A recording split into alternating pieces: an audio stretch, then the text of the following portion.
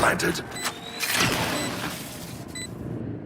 What's good, everybody? Welcome to SpikeTalk, episode 18. I'm your host, Baby Bay. I'm here with Cruz. We got Ban, we got Governor, all the Talon boys, and our co-host, of course, Frost versus you. And yo, boys, season's over. You guys didn't win a map. O2 barbecue.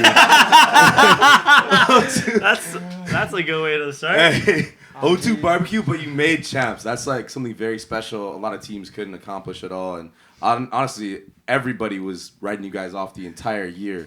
So I want to get you guys' opinion on how the year went from like start to finish, even before like kickoff. I think it was a long way from start to finish. I mean, I think Hector kind of scared off like my whole country, basically. Like everybody gave up mid-trial because, like, I mean, I think by now, we can probably just say that some of us are just soft as shit, and like to be able to work with Hector is it's a tough task, bro. Who's soft as shit? Everyone, bro. Everyone just left the team. There was one day where I'm not gonna mention names, but he just came in and like I can't do this anymore. This guy is annoying as shit. I quit. Do you want to elaborate on he that? just threw away his chance to be in the team because he said he can't take Hector anymore. Oh, I thought you were talking about... No, it's about trials. I thought you were talking about the band thing. Oh, no. So, yeah. So, I think... I mean, at the end, we still made champs. People still said we sucked. But, I mean, we're still at least top 4, right? So, I think... Starting from a team where we couldn't even put the right people together... And at the end, we still made top 4 in 1 year where it's like in one of the biggest leagues, right? Yeah. I think we still did our job, I would say. So, yeah. In fairness to the people that quit, though, that trial process was arduous. We were 10-hour days. Damn. Think about that trial. That's crazy. 10-hour days, and if you weren't playing, you still had to watch. And I was playing from America, like the time zone. Yeah. Yo, You were getting I cooked. was cooked. Yeah. So, You trialed from America? yeah. yeah. Damn. Yeah. How'd you perform? Like statistically, probably not that great. I don't think. I'm on duelist a little bit. I don't think I was ball fragging most of the times. Yeah, actually, he was like 10 and But I was playing on 200 16 ping. sometimes. 200 Like, ping, I remember bro? he was 200 ping wasn't jet on terrible. split, and he was like 8 kills at most, but like his mid rounding was like his comms were like really Yeah. good. Good. So like everyone like Yeah. or like I think Hector and Boy were like, yeah, I mean, he's not fragging, but we could tell, right? Like you could tell. You can kind of tell how good a player is, not even off his like mechanical skill, but off of their comms mainly. Yeah. And, you know, when you're in a Discord full of people, like 15 people, and everyone has input, and it's 10 hours a day, it's kind of fucked, no? Like, people just have everything to say. Sometimes, you know, when people want a job, so they do everything to get the job, right? They'll say whatever. We also had what 4 different coaches in there. Yeah. We were trialing like 3 different assistant Yeah, coaches. and then Hector was there. So imagine 4 coaches telling you 4 different things, all trying to get jobs. It's like So like And I'm even just the players one you're themselves, trialing, like yeah. you know, one guy says, "I think you did what you did here was great," and then he goes to the other guy, "I think that was stupid." Like I understand it sometimes it's gonna happen, right? Because people want the job, but it's very stressful. That is probably also why some of the players left, but not like just because of Hector, obviously. But I just joke around because he's kind of like the main focal point on everyone's input, right? Yeah. But it's also important because that's also a test. Because you're going to be in a situation like that. And I didn't agree with a lot of the coaching points. Mm-hmm. But it's not like I also cooked the coaches. I mean, I did at some point. But, like, for the most part, you have to see how people are interacting with the challenge and the adversity. So it was kind of like, you know, I feel bad for a lot of the Thai players because they have never experienced this before. Where I'm used to it because, you know, Blade is basically that, right? Yeah. So, you know, Eastern European, you know, Russian Counter-Strike, that's kind of the abrasiveness that you get. It's like rigorous. Yeah, so like for me, this is like par for course. But for them, it must be like not only a culture shock, but then it must also be like, you know, a complete 180 from everything they've ever done, and then they have to prove it during, with all that stress, with teammates they don't know, with some people that don't speak the language. Oh, and by the way, they have like 3 more different voices. So And it was tough. And on high ping, yeah. So like it was interesting for sure. But like just something you said, right? It's like when you do trials, everybody is like the best version of themselves, all this stuff. So like the trial process that you guys did, And I'm always, by the way, the worst version of me. If you remember. I know that. like you were going like extra. I was hard. the worst version of me because that's what you have to deal with. I'm not like that all the Exactly. time, but this is what you're gonna have to expect at the worst. Yeah, but to my point is that you need to understand how a player is when they're uncomfortable. Yeah. Because shit's gonna happen in the season, right? You're gonna get in a match where this team does something different that you need to adapt to or you need to adjust to, or maybe you're just gonna get fucked and you need to recover for the next day. So I think it's a really important thing that teams don't do in NA. Honestly, I feel like people get babied in NA a lot, bro. For a lot. I'm not time for that. I'm too old. And man, even me, I've trialed so many players that like they've been fucking gods, and then we get in the server, shit gets down to the nitty gritty, and it's like, okay, what's up? And then they just fold, they crumble, and I'm like, okay, now I have a teammate that's AFK for the rest of the season. I had that on complexity. See? I'm not gonna say who it was. So you know what I'm talking yeah, about. there's right? a player. He's dropping 30 kills on breach every scrim. All right, let's pick this guy up. And then he's like working hard comms, like just fucking grinding. And then we sign him. It was only for like 2 months because like I think it was like right before franchising. But this guy turns into a brick. He shows up late. See? He's 10 kills a scrim like every game. He doesn't show up in matches. But I mean, I don't think everyone's like that though. Like for example, I think Jit. Jit is a player. You remember him in trials, right? You remember Jit in trials? I remember Jit in trials. You wanted to cut Jit. You were Yes. like, this guy is horrible. Yes. And honestly, like off of trials, like I was like, this guy's nothing special, blah blah blah. We play the second we get in the scrimmers with him. This guy's just one tapping everybody. And then I played my first match with him. We one tapping everybody. This guy's Damn. raw, clutching everything. But some people I think are just different. But maybe it's an NA thing. NA people are the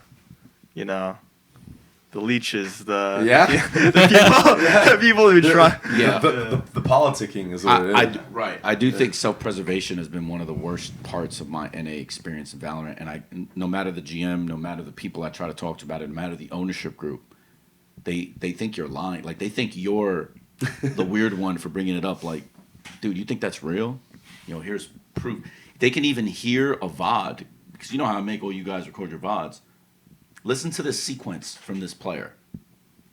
He's just having a bad day. Would you like 10 more examples? Yeah. Enough. So it's like they almost think you say this in jest, but it's like, no, it's like real. So Dude, teams don't even do that in NA. They don't even have everybody recording their specific POV. don't even get me started. Yeah. I know, bro. Trust I mean, me, I'm sure I there know. are some, but I guarantee you there's a lot that don't do that.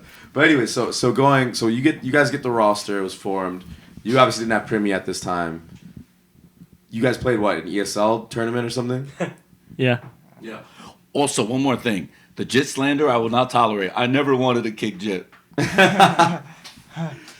Sorry, Jit. Or you don't want to cut him, but you had No. I did not want to sign him. Yeah. Honestly. Or you didn't want to cut him, but when we're making a No, trial so process, like the first few days, he was horrible. Like a few days, more like at least the first 2 weeks. Yeah, You that gotta was the give me first that. 2 weeks. Okay, at least you gave him 2 weeks. Yeah.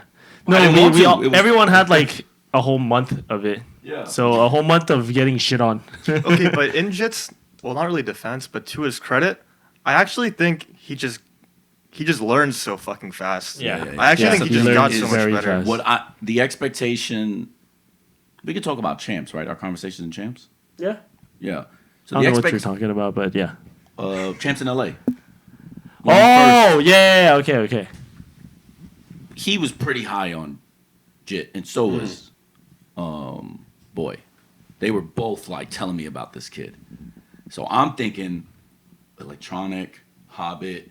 I'm thinking like, I might have one of them. Mm-hmm. So then fast forward to trials, and I'm like, this is my smokes player?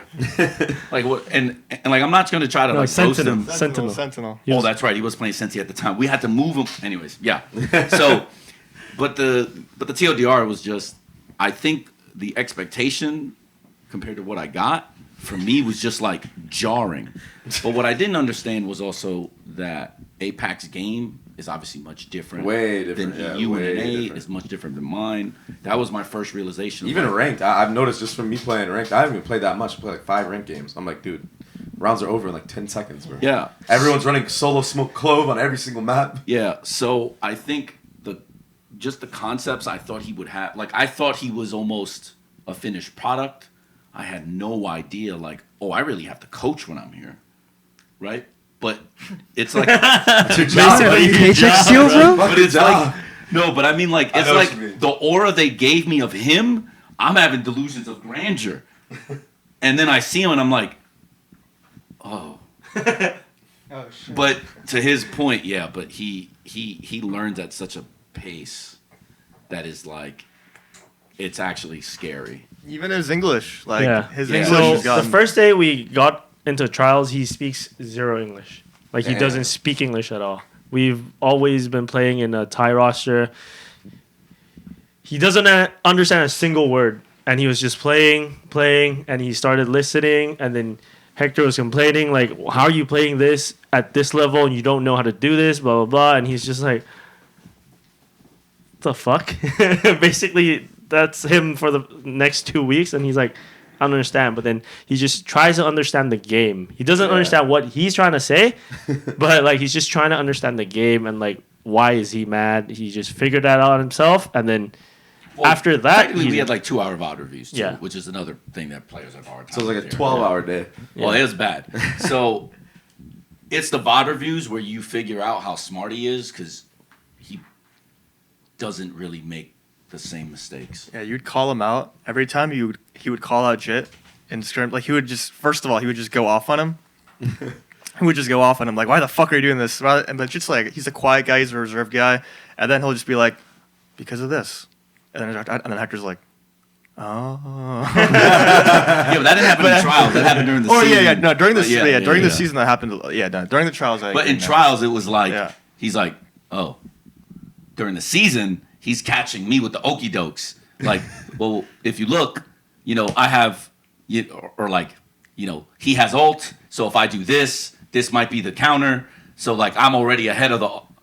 I'm like, oh shit, you're right. My bad. So But then at the beginning, he basically just told me straight up, like, I just need that guy to shut the fuck up. So he wanted to improve. Basically, that's all he told me. Like, I didn't really understand, but I just need him to shut the fuck up and not talk about me. That's all. So that's why he improves so fast. Did you Yeah, shut but up? yeah, I mean, eventually, like, I think for most of the year, he had the least amount of corrections yeah. from all my notes. Like, I barely, like, there's only, like, I can even think back in the last, like, 3 months, there's only one map where I cooked the shit out of him. Unfortunately, it happened in Champs, but it was only one map. Yeah. One map in 3 months where I'm literally like, Jit, I think you cost us on this map. Think about that. For a rookie at Champs, technically I still consider him a rookie in VCT because last year he didn't really have a good development year. I see. So like to me that's impressive for a young player to not correct them. Like contrast that with Governor, I feel like I have a correction every map.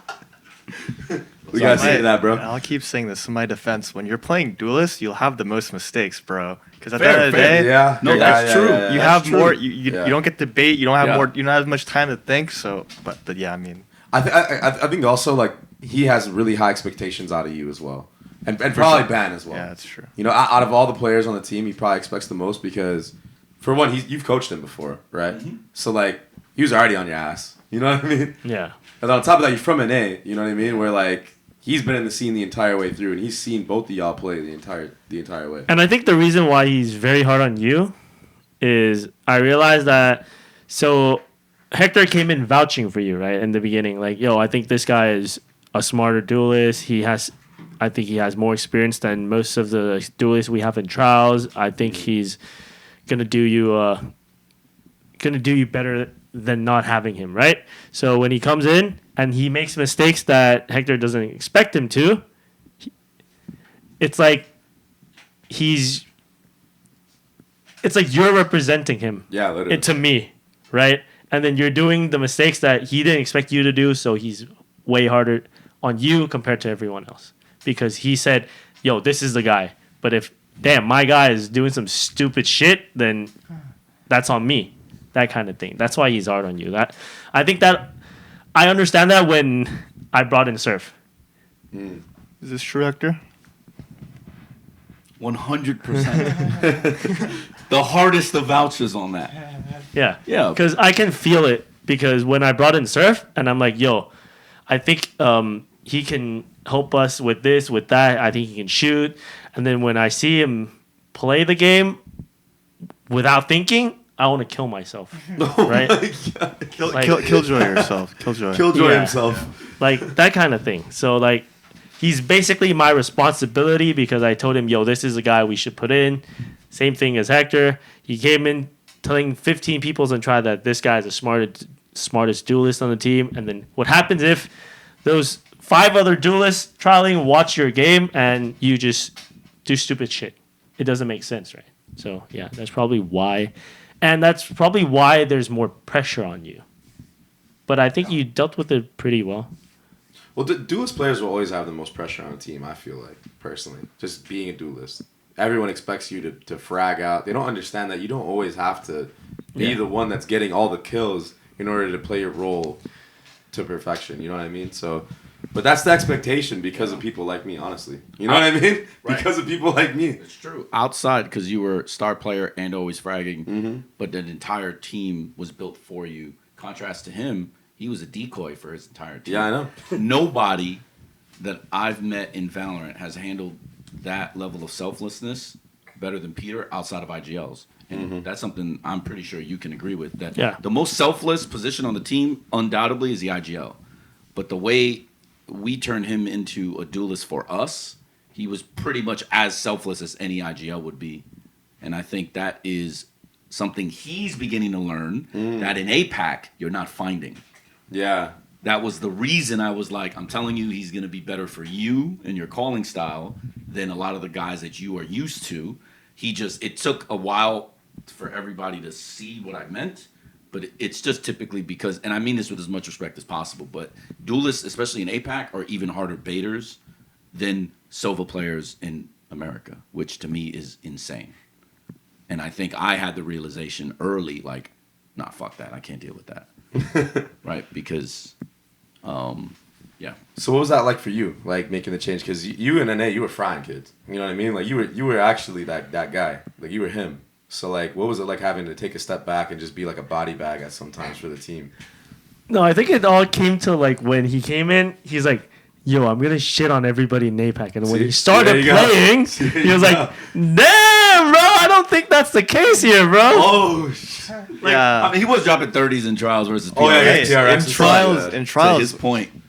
I feel like in trials, I think I've completely changed as a player, for a relatively in a relatively good way. But yeah, in NA, I was definitely more comfortable.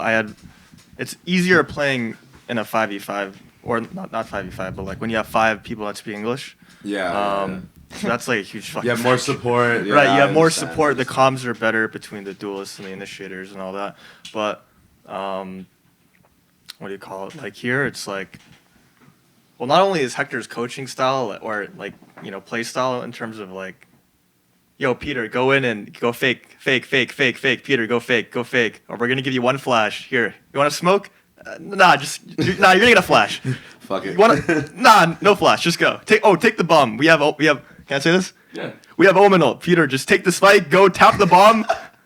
And die. That's valid. That's valid though. That's valid. We don't run that play anymore because I think it's kind of obvious. Because everyone in the world now does because it. now Since I brought it everyone to knows secret, it. But yeah. like first fucking half of like this team, Everybody's every time we have Ominal, okay, Peter, you're gonna fucking die. You're gonna go tap the bomb B. You're gonna die. Or we're gonna plan A.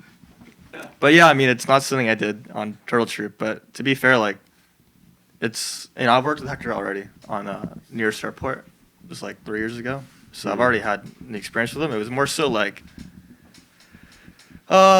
less like humbling myself again, playing with Hector. When you're on a free agent team with we had no coach, right? Yeah. On Turtle Troop. So I was on a free agent team with no coach.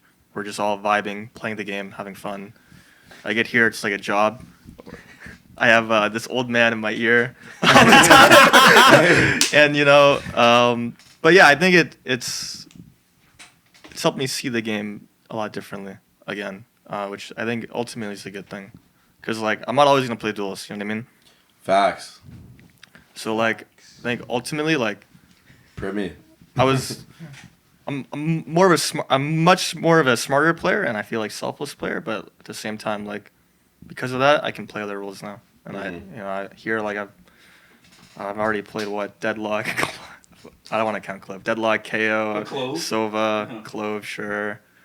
I mean, Neon. A lot of our comps on Neon, I'm just running in and fucking die. I don't even consider a duel, bro. When we played Neon on Abyss in that one match, I actually felt like I didn't even feel like a duelist. I felt like I was a literal Roomba for fucking. I felt like a Roomba. We'll talk more about that when we get to season 2 playoffs, because you guys are about to announce to everybody what some of the duels and maps that we play. I'm not even the duelist. Like I'm really not. But yeah, I mean, ultimately, it's you got to do what you got. You got to do what you got to do to win. Yeah, well, speaking of people that have played like every single character in the game, bro, this guy, I looked at his VLR page last 90 days. It's like every single agent, dude. What's that been like for you coming from like, playing, what did you only play? You played like Jet and Viper only on T1. I played Omen, but I actually hated Omen, to be honest. That's the one thing I told Hector in the beginning of the season. I'm not playing this because. Did he put you on it? No, he didn't actually. Okay, my man. And. Put him on Harbor though. Put him on every other agent. Harbor is fine. I just don't like Omen. It's just that's like I have PTSD, I think. But I mean, it's hard. I think it's just like players like Forsaken. I'm like watching a lot of their matches before, and like even now, it's like these flex players were playing like 12, 13 agents. It's almost impossible to just have a consistent game all the time, and I think that's a big thing. Like you can maybe have a good like insane carry game 2-3 times, and then the next game you're just like, oh, this is not my. It just doesn't work that way. It's super hard to adjust to the play style. Like I'm playing Yoru one game, Jet one game. I'm going back to Cypher one game. I'm playing Viper one game. It's like it's hard for sure. Yeah. But I mean, you made it work, bro. Right? Like if there's anyone that could actually do that, it was you. You're the closest thing to Forsaken, I think, that even NA has. Right, because obviously you played NA. No, facts. Yeah, but I think I am definitely disappointed because I just need to be a little more consistent. But I mean, I think it comes with time as I keep playing, honestly. So I'm not really worried. Mm-hmm. Yeah. I think another thing that kind of screws them over is game planning. And me and Cruz have had this conversation a lot this year. I won't go too into detail because it's too intricate and like it's just gonna help people. But I will just say that you can tell how hard the week-to-week changes are by if a player's in a game plan and this is his game to pop off and he does, and then the next game it's the exact 180 and you see dips in performance, and it just goes to show you that like you can bait all the time and like get your kills for sure. But when you're on an actual team, sometimes it's going to be your games in weeks. Sometimes it's not. And it's just like you have to be able to ride that wave. And you have to have strength in all positions. Because if your team can have this performance, because one player is up, then he's down, up and down, but your consistency or just wins, you have, in my opinion, a bigger chance, especially going deep into playoff runs, which of being successful. Because it's too easy for other good coaches and teams to just make the one focal point their focal point, and then it's like now people who have never done it have to now win the game themselves. Whereas if every week it's like, here's what they're going to probably do. They're probably going to stop this because it's the easiest matchup for them to stop because they have always sucked at this. They lose to Aspas. They lose to this guy. They're going to stop Peter. It's fine. You're a decoy this week, Pete. Blah, blah, blah. He's like, yeah, it's okay. No problem. And then you insert a game plan for somebody else, and they I think the Jit one is probably, to me, the most famous because that's the only week where he was the game plan all year. Right? You'd agree with that? The Lotus one? Yeah. Yeah. The only one. Boy almost had 30. And, you can see that, when that can happen, it's like, oh, easy. Wasn't that the one you guys almost threw? I think I remember that match. No. No, it wasn't that one. No. We've had a lot of throws, but that one was clean. Which one? It was clean. like Jit. Yeah, which one? Which one, bro? Yeah, you're right. I think stage 1, there was a lot of times Jit saved us actually. But Yeah. Yeah. Jit and Surf, low key. Like I remember seeing a lot, Surf too. specifically on Lotus. Those two would like pop the fuck off, bro. I remember. Lotus, not Surf. no. Bind Bind was is Surf's Bind? pop-up. Bind is Oh, it was Surf Bind. single-handedly winning us 2 games. Yeah. Like 2 important games. And Yeah. made us And- look like the best bind in the... And I believe against PRX, he was the game plan because we worked with him specifically. Remember on a specific timing. timing that he Right. has to hit, blah, blah, blah. But And then it's- he's not a bitch, basically. So Yeah, no, he he's didn't care. That boy's not scared. He's yeah. like, oh, okay. First I'm game, down. first game he played, he was like 6-20, Yeah. and then the next game he's like, "Oh, it's my job now," and he just goes in and kills everybody. And Yeah. so it's like, okay, I think that's what he told me. He told me Surf, like the Surf that you get in scrims, you're gonna get that in the match. Like he doesn't change who he is as a player. 100%. He's exactly what you expect him to be, yeah, right? Surf's unfortunate demise with us was simply, the kid that replaced him Yeah. is the next one. Yeah. Surf was the next one 3-4 years ago. So that's an unfortunate for Surf, but it's not that Surf couldn't handle the level or couldn't play on our team. probably because we're in an English environment, and Jit has been fantastic in the level of how fast he learns compared to Surf. When he comes in, he's like, how long do I need to teach you for you to get to Jit's level? But then Surf doesn't take in knowledge as fast as Jit. So we're like, it's harder for us. We have less time, and we're almost at the end already, right? So now there's Primmie, who's like, damn, this guy is next up, bro. So it's just inevitable to just swap him in. So you guys actually trialed Primmie, right? Like early on. Yeah. So you guys could have had him the whole season. Like whose fault is that, bro? Yeah, that's fine. You guys can say it. I can say it. Yeah. Are you telling him the reason why? The reason why he didn't. Yeah, I think now no one cares, right? Because it's like in jest. Oh yeah. Yeah. Sure. He wants to say it. I mean, we can cut it if you Okay. change your mind. So He, might as well just say it. So in trials, so I didn't know who he was. He didn't know who he was. He didn't know who he was.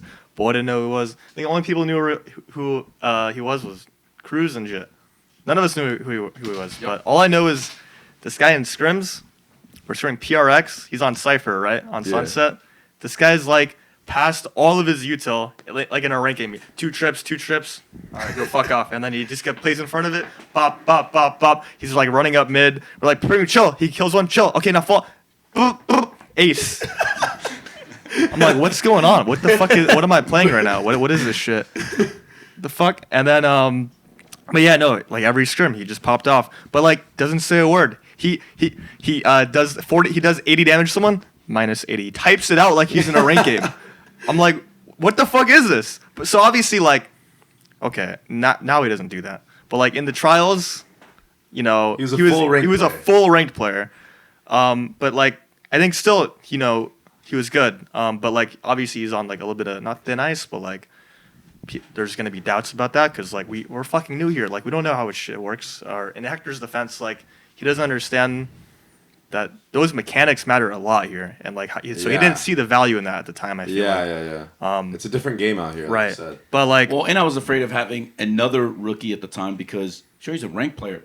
You know how many ranked players I saw? You want me to name a couple that I've had in my time that when you go on stage, but he didn't know. Facts, I was facts. just concerned because I'm like, okay, I have kind of experience, mixture of game IQ. I think we can. I mean, I still might be stupid, but I'm just saying. Well, you didn't know he I was just had so much. the ranked player. He was the I didn't know. Exactly. So- Exactly. So I was at home back then. I was trialing in Thailand, but then I normally scrim at home. But when I heard that this guy is gonna come in, because he was known to be like a cheater in ranked, right? So I'm like, yo, you come into our office and trial, because I also wanted to see him in like real life, right? So I went in, I moved to the boot camp just because of him coming to trial, and then there was this one round in Lotus where we got a pick that A. he was playing Killjoy at C against Paper X. We had a 5v4. He was solo C. Everyone else was A. And he was staying on site solo. Jing flies in. Was it Jing or someone? I don't remember who it was. He kills 3. Marnier or Jing, probably. Yeah. He 1v4 them. He kills 3. And then Hector is like, yo, that's stupid. Like, why would you be on site alone with no help against a team like that? Next time, play retake. And he turned to me and Jit and Ty, and he's like, man, if I'm in this angle and I hold him early, I get 4. And he did not fucking care what Hector said. And I'm like, I don't know how to fix this. Yeah, that's tough. That's tough. So like, Hector, he understood. But in reality, he's like, fuck that, bro. I'll kill 4. And that's probably why he was like, the fuck, bro? Like, he's not even listening kind of shit. Yeah. It's like red flags. Yeah. To his credit, I should have been smart enough to see through it. Try to develop. In fairness, it a little to bit more, my right? credit, I was ultimately right because of Sunset versus Vitality, which we'll get to later, which we probably won't talk about. But now you understand. Oh, you want to stand there and hold against 4? Good luck. You see what I'm saying? Like, this is what. And look how many rounds we threw. And when you look at it from that lens, it's like that's the challenge you have here. Like that's also the challenge I have with the Thai players, where I'm like trying to forecast the future. Like, you are going to be playing games where this is going to matter, and this strategy is going to be ultimately why you win. They can't see that. Yeah. Because to them, they're like, I've been here 1,000 It's times. calculated. And I can shit on everyone here. Trust me. And it's like, but then you do it one time in champs, and you lose a map you're not supposed to lose. Then you lose a series. Then you go home. Your life changes. You barbecue. could be fired. You could be replaced. Right? It's just like, you don't realize that one rep might change your life a year from now. It's impossible. It's impossible to know. Sometimes you make a judgment call like I did, which was ultimately stupid because he ended up on the team. But you try to do your best. I saw him and was like, meh. Now I see it and I'm like, I'm an idiot. Yeah. Like, I'm just an idiot. It is what it is. Imagine if you had like the whole year to like develop him, hopefully try to get him into that zone. But he also has to be open to being coached too, at the same time, because something that we talked about a lot was the way that you practice, right? So it's cool that he can sit in the open and kill 4 people. That's great. But this was part of my downfall a little bit was I was doing the same shit, right? Literally doing the same shit on the phase, whatever, Smeeg era. I was just doing everything that I would do in scrims, like every single play, every single timing I would ever make in a match. You're good, bro. Don't worry about it. Yeah. So I, every single play, every single thing I would do, every single timing I would take on certain individuals in a match, I would do in scrims, right? So people got used to it. You know what I mean? And so what I call them now is like holding like that, holding 1v4, whatever. It's a match play. Like sometimes you can do it, you can get away with it, but you don't want to consistently do it all the time. You need to be able to fall back on the fundamentals and actually like the calculated high percentage win play, right? And he's gonna have to learn that, and you're gonna have to be a big part of that because you are that bridge between like him and the rest of the Thai players, right? So it's a lot of pressure on you to also help develop Primmie because he can be one of the best players in the game. But he's not going to be that if he thinks he could just 1v4 every single round. Yeah, which is ultimately why we had the discussion we had yesterday. We had VOD review, and I was shitting on him, and Hector was shitting on him, and he's like, I asked him, you understand? Like, before, I wouldn't shit on people like that because I just feel like I'm just soft. But then when I see the culture we have as a team, it makes us improve, right? So it's discipline. Yeah. So I'm not worried that he's gonna hate me in the future because he's only gonna do me good in the time we have together, right? So he can hate me whatever. I don't care anymore. It's for my self and his future. So that's why we just shit on each other, and it's good. And when he becomes one of the best players in the world, he's gonna look back on it and be like, God damn, I'm glad that these guys were hard on me. You know what I mean? Yeah. I showed like a similar tough love to like Flya, for example, on my team. The first year he came in, he was a rookie. Right? But look at how good he got. You know what I mean? It's like there was times where maybe I went a little bit too hard, sure, whatever, and shit's gonna happen like that. You always have to like try to find that balance of like, being hard, but also like not being a complete dickhead. Yeah, Hector. Yeah, you gotta find that balance. But like he was a rookie. He would make a lot of mistakes, and I would point him out. And I'll tell you what, he became like one of the best players in NA that following season. I mean, he took a whole new roster after like learning all this stuff from FaZe. Me and Poise specifically, because he learned a lot of IGLing from FaZe. Took a whole new roster and ended up beating us. I was on that roster. You were on it? Yeah. But then And then he cut me. And then he cut me 2 cut weeks. you for sim? He cut me, no, for Thief. He cut me, it was because they nerfed Chamber, so we had it was during Chamber Jet meta. Me and Sim were on Chamber Jet, frying everybody. They nerfed Chamber. I'm like, okay, I'll go KO. I'll do it. And then 2 weeks later, we're still doing good in scrims, but I think he just wanted to play KO, and then he cut me. Yeah, he's more comfortable on the flex. But still, he was like, his development, he wouldn't have gotten that good if I was just like quiet and let him do whatever he wanted to do and let him keep making the same mistakes over and over and over, right?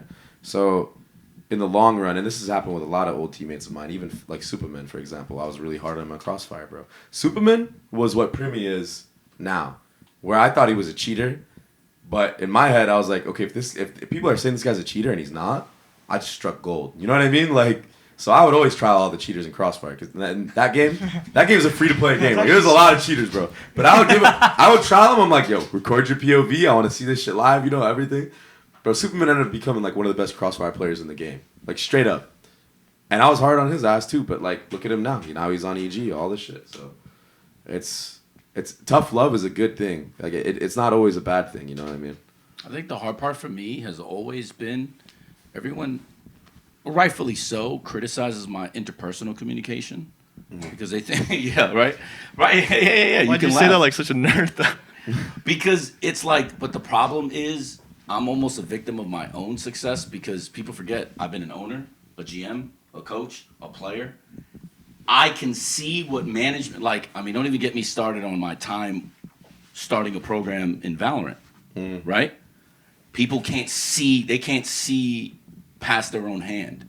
And you try to tell them this is going to happen. They don't listen. Like, I'll give you a small example on the player front. I had 2 young players. Everybody's going to know exactly who I'm talking about now. I gave them The Art of War when they started to struggle, a book. I remember one of them laughed at me in my face and said, why are you giving me a book? And I'm like, because right now you're struggling to understand your value when you're not getting kills. There are other ways to win and be productive. This is a book that pretty much everyone reads for exactly that point, to like think smarter, not work harder. Yeah. I got laughed at. Maybe that's me showing my age, right? But to me, I'm like, okay, if I'm telling you, I don't really give a shit about your frags, but you need to cover this spot because there's a gap or there's this. And the guy's like, no, I need to get this kill because if I don't hold this line, we don't get an easy one, we're going to lose when they get on the bomb site. Another way I thought to fix that solution was, okay, don't take it from me, right? There is a book that everyone reads to learn these other, ways to think about combat and production. Let's see if that works. And you get laughed at. Then you go, okay, what's next? So then you get him in a room with like a CS legend, an opper who I'm not going to mention, to like work on,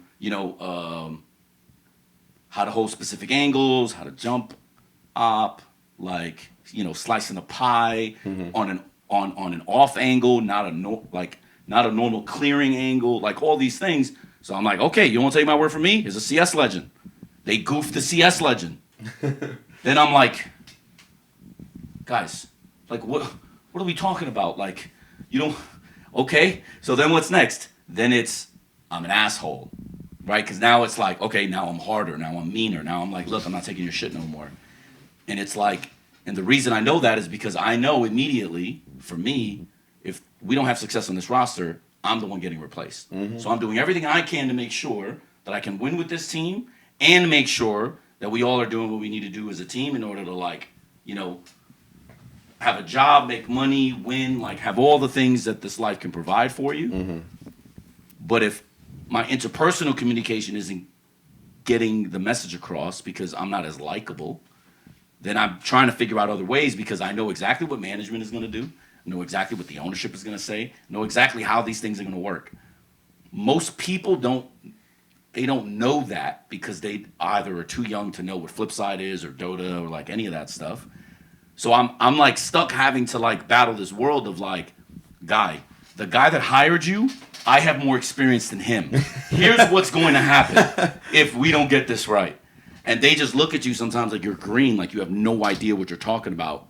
And then years later, you see everything that you predicted happens exactly how it's supposed to happen. And then you're like, damn, this is a situation when I came here that I didn't want to have us go through. So this is why, like, especially I'm like hard on, I've been hard on Gov for years. I think, I don't know. I think I was harder on you in Nearest Airport for that purpose. I think I was harder on Nearest Airport than I am now. My memory of that is bad because I think back then I was like the most humble version of myself. I think. Sure. So back then I was like very open to like all like I don't think I ever argued with you because I thought your word was the book of God back then, the fucking Bible. I actually like because I was an idiot back then, like honestly. True. So Back then? That's what I'm saying. No, I'm asking you a question, bro. Shots fired. shut the fuck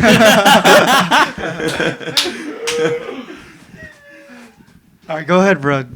Go ahead. I forgot what I was saying. Yeah, you're. Oh yeah. I thought I was harder on you Most back humble then. version. Yeah, I was back then you probably did shit talk me more, but I don't think back then I cared as much. Yeah. Now we definitely argue a lot because Yeah. like And now that's I okay. have now I definitely have. He an opinion grew of up, the game. bro. I, like- That's why. Actually. Yeah, I think so. Yeah, but I did that back then with like Hint and Precision, Abdo, because I knew in order for them to get from there to where we are, they're gonna have to not only learn much faster, Abdo yelled at me a lot. yeah, but they're gonna have to like go through that adversity because when they're in that position on a team, if they haven't handled that adversity yet, what's the first thing you're gonna do when you're on a squad? You're gonna make changes. Changes isn't always the best thing to do. Sometimes you have to have conflict. Because the truth is that's the fastest way for anyone to grow. You want to talk about conflict? Sure, let's talk about conflict. Can we talk about it? We can talk about conflict. We've had a lot of conflict on this team. Like, a Really? lot. Yeah. I think one specifically, me and Joseph, like had a pretty big argument. Actually, it wasn't even an argument. It was just like it was a couple of words. And then someone leaving the room. But like, yeah. One thing I'll say about that is, Peter, you think that's a big argument in your shoes? No, I don't think it's a big argument. Trust me. Last year when I was on T1, that is nothing compared to what a big argument looks like. Yeah. Trust me. Trust me. Like, either way, it was a couple words said, someone left the room, had enough of it. But like every single time on this team, I'm like comfortable just even after every argument, just talking to them in person, like, yo, meet me outside. Let's talk. Let's go. Like, Go ahead. I mean, no, not like that. Not like that. But just like an outside. actual talk. And I think that's why I like this team because like, you know, I've had guys on my teams that I just fucking don't like, and like I'll argue with them, and like I don't even feel like there's a point of talking because there's like. Yeah, when you there's- get back into the server, it doesn't feel the same anymore. yeah, that's the thing. Yeah. Like, you have to keep it personal. Like, personal is personal. Feedback is feedback. So, like, if you have a problem with them in game, you have to make sure that you talk it out. Like, it's different from personal. You guys are still friends outside. Doesn't matter what you guys do. But inside, if you guys fight, you guys take care of that a different way. You guys are still friends. At the end of the day, when you leave the server, you guys are still friends. I think that's the most important thing. And also, you got to remember what you're arguing about. You're arguing because you want to be the best. That's what it is. Like, Exactly. no one's here to actually go out and get at each other's necks for no reason. Sure. You're doing it because you want to get better. You want to win the championship. That's why we're all playing this game, bro. Like Yeah. that. We want to win the trophy, right? Or like, well, you guys want to. That's how I used to think, though, right? So I do think it's a lot better. Hold on, just yeah, real for quick. It's a lot better than having that argument, never hashing it out, and then all of a sudden you're like, okay, is this guy gonna cut me? Yeah. Is this guy talking to my GM or my coach and like, you know, playing that game of Thrones, you know, within the team? It's Game like of it's Thrones. true. I would much rather shit be like very. That's what I like about him is like he's very blunt. He's very clear with, you know, where you're at in the team, like your position in the team. From what I've realized, from what I've seen, just talking to him. And that's what I've always enjoyed, like transparency. Transparency is amazing because, okay, cool, like I fucked up, but I still like want to know like my spot on the team. You know what I mean? Am I gonna get cut? Am I here still? You know what I mean? It's really important to have that peace of mind, because just because you argue doesn't mean that it should be the end of the downfall of you and your team. Yeah. I'll just say that I think conflict management is probably the number one thing that I think most esports teams do not get right. Mm-hmm. There's always some level of interference, or there's always some reason for you guys not to hash out your issues. Either it's a cultural thing, like, you know, in America, I would say this probably slightly before the pandemic till now, you almost can't have a difficult conversation with people. Mm-hmm. It's a lot harder. You have to like baby. You have to walk on eggshells with everybody. Yeah. I learned that during the first time I got suspended with from Riot, because what they put out in the message. First time. It happened again? Probably. No, sorry. Probably. No. Touche, you're right. The time that everyone most famously saw the video for, their verbiage, the language in the punishment that they doled out, when you saw the video, it was like the exact opposite of what they wrote. Right? And that was a very, very hard, but I think almost important lesson for me to see and learn, is that, these people don't, most people here in this game, they really don't know what it's like on Dota, CS. They don't have this, like, Even Overwatch. They didn't play sports. Right. Even Overwatch, bro. I'll tell a story after. Yeah. So I think for me, it was like really like, culturally, I may not even belong here, because they think it's all sunshine and rainbows. But like, you can almost easily tell who never had a sports background here, because it's almost like if you never play organized sports, this sort of conflict resolution of like arguing with each other, blah, blah, blah, blah, blah.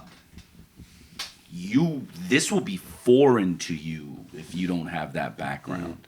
That's why a lot of people hate you too, is because they don't understand that. Like, a lot of casuals, I feel like, don't understand that in a team environment, you are, like, arguing is good. Like, you have to argue to fucking get through shit. And like the culture that, it's a sports culture. But a lot of people, I feel like, in this game don't know that and just assume Hector's a complete asshole, which he is. but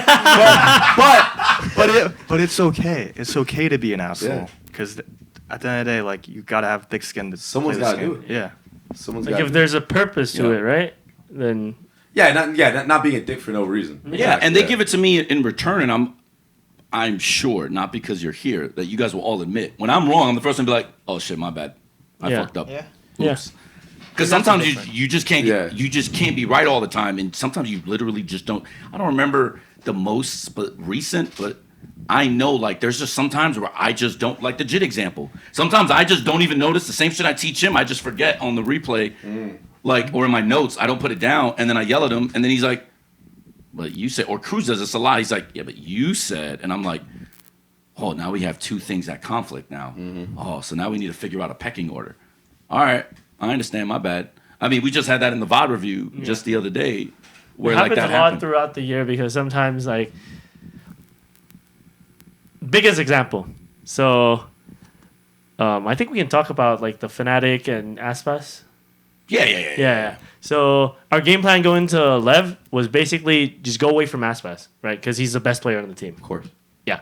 And then our game plan before that, when we didn't know who our opponent was, when we played like a team against a team that has Cypher and Deadlock, is to go away from the Cypher Deadlock. Go into 3. And we didn't talk about that. He told me that if you're gonna play against Lev, go away from Aspas. But when we played Lev, they had Aspas And then Cypher Deadlock. And then when updated the calm. And then I went into the Cypher Deadlock, and in VOD review, he was like, "Why the fuck are you going into like considered strong side?" And I'm like, "The fuck you mean? You told me to go away from Aspas, and he's not here." He's like, "Right." And then there's like Paradox. Yeah. You got my bad, Aspas bro. and Cypher Deadlock. So what we leaked now was we expected them to pick a different map. Yeah. They picked the third map. We spent less time on the third map because we expected a 2-0. But this is a coaching error where you don't update the rule set you have for specific things. And I didn't update it, so now there's two things at conflict. So now I can't criticize him as much because he's following the game plan, but there's confusion about the game plan because this is something you overlooked in the pregame stuff. That's a fuck up. Yeah.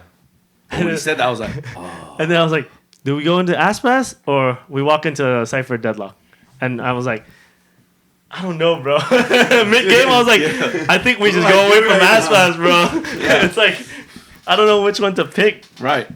But that's an interesting problem sometimes you'll run into, or like sometimes you install a game plan 1 week for a specific opponent, and then the next week, let's say a fast team. It has to change, yeah. But let's say you're going up against a fast team, right? So in his mind, he might be, oh, it's the same sort of style. We'll just run the same thing. But maybe they have an Aspas. And sometimes you have to update that. I don't know where my mind was. I don't even know realistically why I didn't say it. But in my head, I had expected him to go into the strong side. Yeah.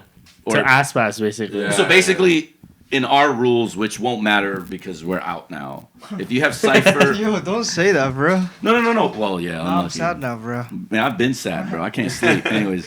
He's been hella sad. I'm not gonna Yeah, lie. if you have Cypher and Deadlock, right, typically what people will do is basically 0.5 either the Cypher or the Deadlock. And You gotta that explain that. They don't know what that means. 0.5 is basically you're adding your util to someone else. So instead of one guy being there, it's like 1.5 because he has a trip to play off of, right? So the Cypher or the Deadlock will be bunkered in that whole thing. Typically it's a Cypher, but some teams are creative. Like we sometimes like to do that with Deadlock. So you move past that, you go, okay, normally you don't want to go into this fortified of position where you have trips, cages, and Deadlock sensors. It's not fucking worth it. I would much rather, against most teams, just go into strong side, bro, and just fuck them up there. And then make this guy play retake simulator. And then they have to change their whole... Because they're used to gamble stacking off of the guy. Right? They're baiting you to go in there. But when you don't go in there and this guy's like, yo, I can't even play the game, the IGL is going to have to probably do something they're not used to doing, which is more than likely the position we want to put you in. the trips, maybe. Right. Yeah. So a good coach would normally have had that discussion. I don't know what the fuck happened. But I didn't realize we didn't really cement it until the middle of the game. And, like basically a timeout too or late. review. And then it's just like, you fucking asshole. Because obviously I want to blame crws because that's just what we do, right? Like it's, I put you in a position to do this. Your job is to do that. Why aren't you doing that? Yeah, I guess that's one of the Unlucky. downsides of being like very game plan oriented. I would say For sure. which is like definitely sure. a big strength of yours as a coach. For sure. Right, so that's like one of the drawbacks of having that because now you run into that problem of like, okay, we're relying so much on the game plan that like if it doesn't work, what now? And now it's too late. That's why we can't beat fucking PRX. Yeah. Because game game plan doesn't work. Yeah, because game plan they just run at you, bro. You don't know how to prep for. How do you do that? No. I tried going at them. We get 13. Oh, I remember. He told me about this as soon as it happened. I was laughing my ass off. I tried bait setups. I tried unique things. Sometimes people have your number. The beauty of that whole thing is, and I think we all agree, I think the moment we do find a solution, I'm not sure they're going to beat us again. Yeah, you'll Right? download them. Yeah. But it's finding the recipe to beat them. For me, It's like has been G2, extremely like difficult. G2 downloaded PRX. Like G2 Yeah. would never Yeah. lose to this version of PRX. Yeah, so which I don't it's- think we'll see again. But. Sometimes you're gonna run into that. Some coaches will have your number. Some people matchup specific. It's a game of Some players- matchups, dude. Yeah, I've for been sure. saying this for the longest time. It truly is a game of matchups. I mean, EDG can shit on every single fucking Chinese team ever, but then Trace can beat Lev, and Trace can beat Vitality. You know what I'm saying? No, right. But can Right. can EDG beat Lev? Like we don't know yet. No, 'cause fair. They're still going on, Fair. but like you would think probably not. Right, fair. I think obviously going into this offseason, I think all of us have to. We had a lot of success just out game planning everybody and just basically just having advantage. Yeah. We're one of the best teams at getting advantage. We're also the worst team at converting advantage, right? And that's just, Oh, yeah. we all suck at that. That's fine. But going into next season, I feel like we all have to agree that, like, less game plan, more winning the micro situations in the moment. That has to be, like, every day of practice has to be now, like, okay, we already know we can outstrat them, outthink them. Now we need to be able to make adaptations quickly, round and round. Mm-hmm. Like, this has to be, like, because I feel like that's also what's hurting us with these advantage situations is our inability to very quickly in the middle of a round. Adapt. Because everything is, like, style or set oriented. And that killed us, I think. Yeah, definitely. And that also has to do with the communication as a team, too, right? It's like you do have two different things, but going into next year, you're going to have more time. You're going to have more reps on communication, more experience. Right, but it's not just the language. So the thing I've been thinking about when I have to explain this to people is, to me, it's even more fucked up than that. Because crws is a Thai that is kind of westernized. He's not Thai like Jit in that sense. The way he thinks is more like, in a sense, an APAC player that loves European Counter-Strike, right? Do you agree with that? I'm a North American that has an Eastern European background because of flip side and like everything that we know, right? Okay, Governor is NA shitter. Sorry, bro. What the fuck? Ben used to be that. Right, Ben used to be that, but then Korean education. So now the way he thinks, some of the protocol ideas, some of the. Need to do? Hey, we got 3 teams in the playoffs still, bitch. My dog. Count me up. My dog. Let's go, bro. I'm not NA shitter, bro. Have some pride. He's like, My you bad, guys bro. are shit. Yeah, you two are. So if you think about that fundamentally, this is why sometimes we're fucked, or at least early on it's been really difficult, and why I think our 5v3s, 5v4s are so bad. It's because I remember one round specifically in review, there were 4 different ideas in one round in advantage. Yeah. Because they're all so fucking different. And you try not to put so many, like, everyone thinks because I'm so organized that I have all these rules and conditions. I try to be as flexible within our structure as possible. And in that, there's one massive gap I noticed, but it was too late to change because of just how short the season is. And they're all smart, independent thinkers. That's why you want smart players. But they're also fucking radically different. If you show them a 5v4, you're going to get 3 different responses from these 3. Well, that's the reason why a lot of the times in matches when this shit happens, I'm like, everyone shut up. Yeah. Everyone just shut up. Let me call. And then we get on the same page. But it is I can't always do that because I have to let other people speak too. So it's like, So, or you need to shoot, which has been a problem as of late because do you know how many times this motherfucker has died while talking? yeah, I saw it on Lotus, your first gun round when the Omen TP's in. Yeah. So I kind of had an idea. I was like, dude, you must have been like calming something because you just like. I mean, you kind of went AFK. But anyways, but then he tells me that you're actually trying to tell everybody the rotation they were supposed to do because they forgot it. Yeah. He's telling them to go. So while all that's happening, you're looking at minimap. There's a guy on site that just kills you for free. All of a sudden, Vitality wins the bonus round. Well, the only reason why I do that in the middle of the round or like after the round is to make sure that the next round, I don't care if I throw let's say we lose an early round, whatever. But in the late game, I want to get those rounds. So it's like super important for me to convey that information. Like after and our team turned into baiters because this guy became my entry on defense. This is this is obviously you don't know this until review. You review the comms. I review my notes. We go back, and I'm just like, why the fuck is this guy first? Why is he clearing B main first, bro? What are we doing? I got my raise literally 1,000 yards behind. It was the Clove, not me. Nah, it was you, Peter. I mean, you It two was- Both of you. Now listen, Both of you Peter told me. I had was a getting gun, the orb that bro. Peter round. has a gun, and I see this guy just sprinting. I'm like, oh my god.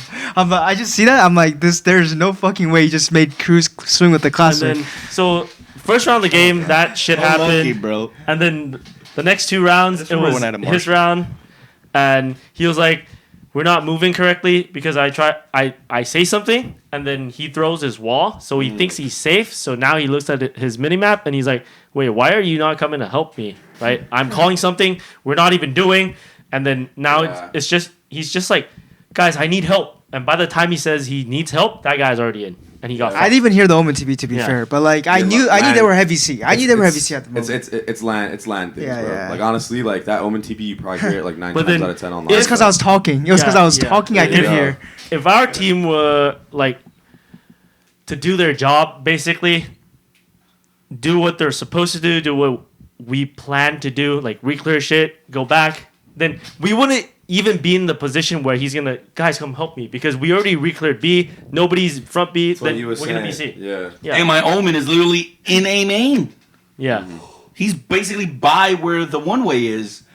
Where else could they be, guys? Yeah. But that's what he's talking about. Though, like practicing like the micro things is gonna be a focal point for you guys Yeah. going into the next, which would be great. But also in like your 3v3 situations and whatnot like that, it needs to just be like everyone can have an idea. That's fine. But what it needs to be is, and this is what helped us a lot on FaZe because we ran into this problem. We're like, well, we're Overwatch players. We all see the game different in different terms of abilities and stuff like that. We would just have to go with the first plan. Whoever did the first plan, it could have been the worst plan. It could have been the worst idea out of all of them. But if we do it together, there's a higher percentage chance of us winning No, fair. than us That's- all thinking different shit at the wrong That's time. And then used what you to can be do us. is, exactly. And then what you can do is afterwards, you'd be like, all right, we probably should have done this instead if it didn't work, right? Yeah.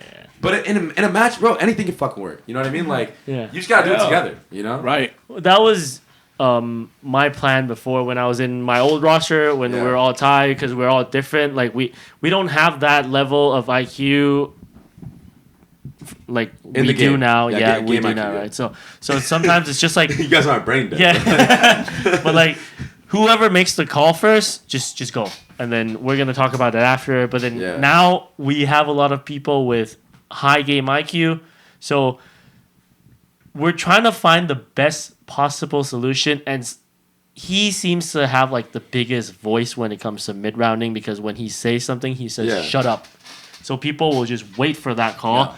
Even though he had a call like, yo, let's go here first, he's gonna say shut up. Well, the only reason why I say shut up is not in a way I'm trying to be controlled. It's I more know. like I need everyone to be on To the same page at the listen, same yes, the exactly. fastest way possible. And when I say shut up, everyone just shuts up, which is like really good for the team actually because we just get on the same page right away. Yeah. After I say something. But then But people will be waiting for his call when If you're not it could have alive. been it Exactly. could have been made way earlier with Peter, even though it might be stupid, or with me it might be stupid. But then after we do that like a couple of times, people expect him to be calling. Like, what do we do? It's like a hierarchy of calling. And then if he doesn't call, it becomes Yeah, that I is expect him true. to say something, and he doesn't say something. He's gonna turn to me and say, "Yo, Cruz, what do you want to do?" That happens a lot, and I'm Yeah. like.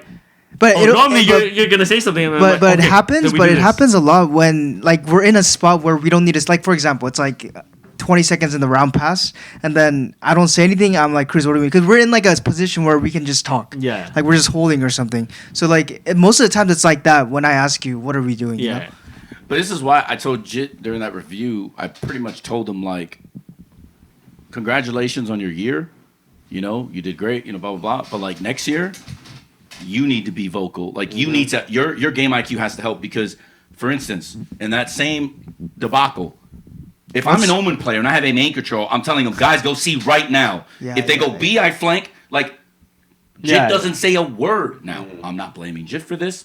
He did his job. That's his job. Yeah. But in the future, you know this. When you have all 5 players that are smart enough to actually mid-round and make the call, this is how you're the fastest. This is when you're the best. Right now, we have mutes on most of the squad. So we're relying on people that sometimes don't even have all the information, right? Yeah. To make the best call, And this which is a big problem because Governor can't entry and talk also. He just can't. That's just not how that's going Guys, to work. I'm going in. Come trade me. Yeah. So this is a real issue. But I had this conversation with Jit, and I'm not sure Jit understood what the fuck I meant anyway. And I don't mean an English thing. Jit does. I mean, does, like, I trust don't me. know if he understood why I'm pressuring this now, but this conversation, I'm sure if he watches this, he'll now go, he'll have his eureka moment like, because on that round, going back historically, if that was Ethan, I know exactly what Ethan's going to do. Oh yeah. I know if when Nitro played Omen, I know 100% what he would say in a deep spot like that, right? Yeah.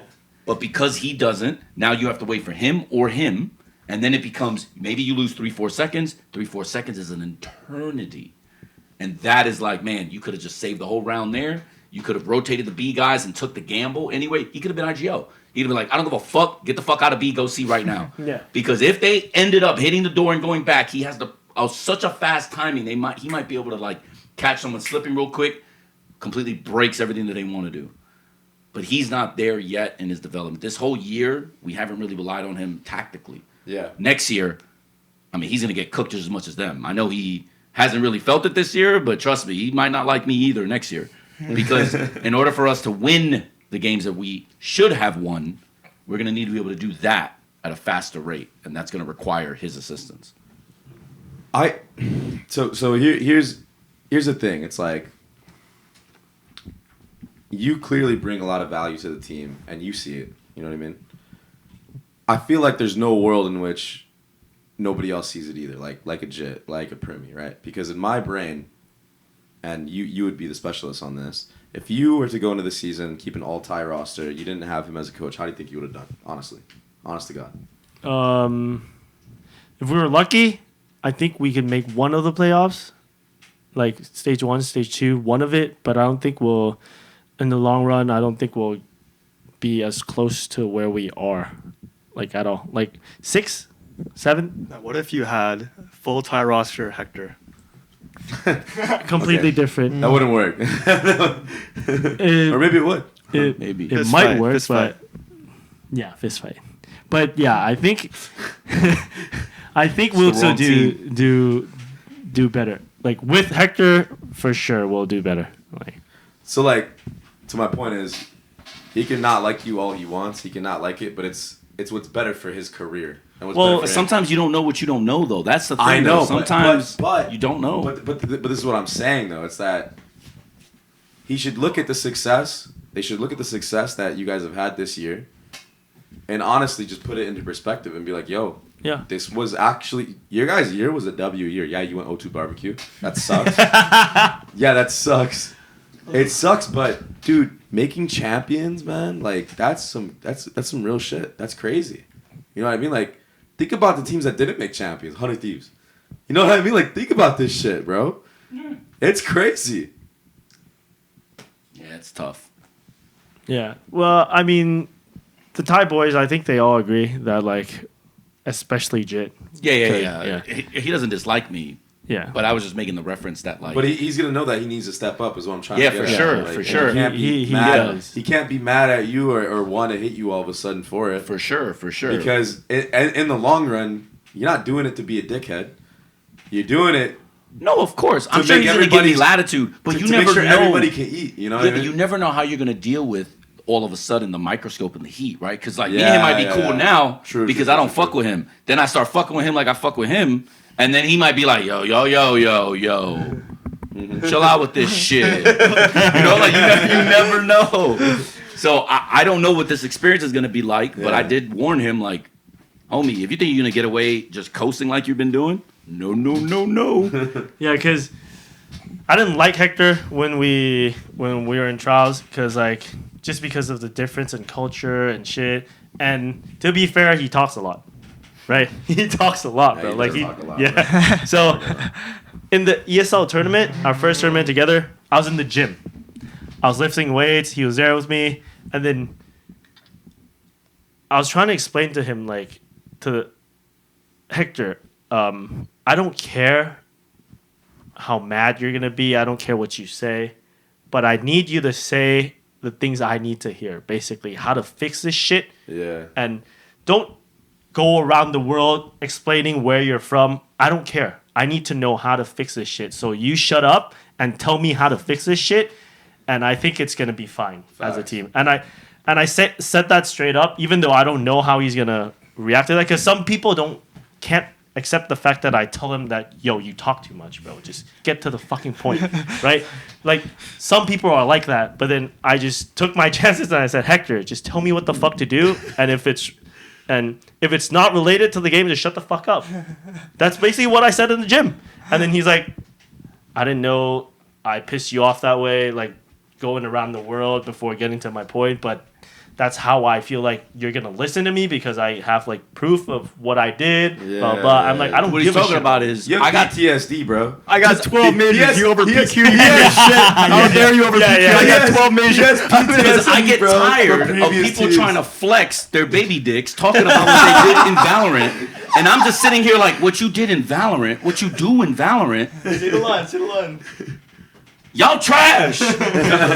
so it's basically like, I felt like in trials, sometimes I needed to almost like reinforce what I bring, Who you I am. are, and Yeah. So I just got tired of hearing bullshit. I'm like, listen, I don't give a fuck what you guys are saying because X, Y, and Z. Trust me, I've seen more people like you than you have of me. You gotta just give me that for now.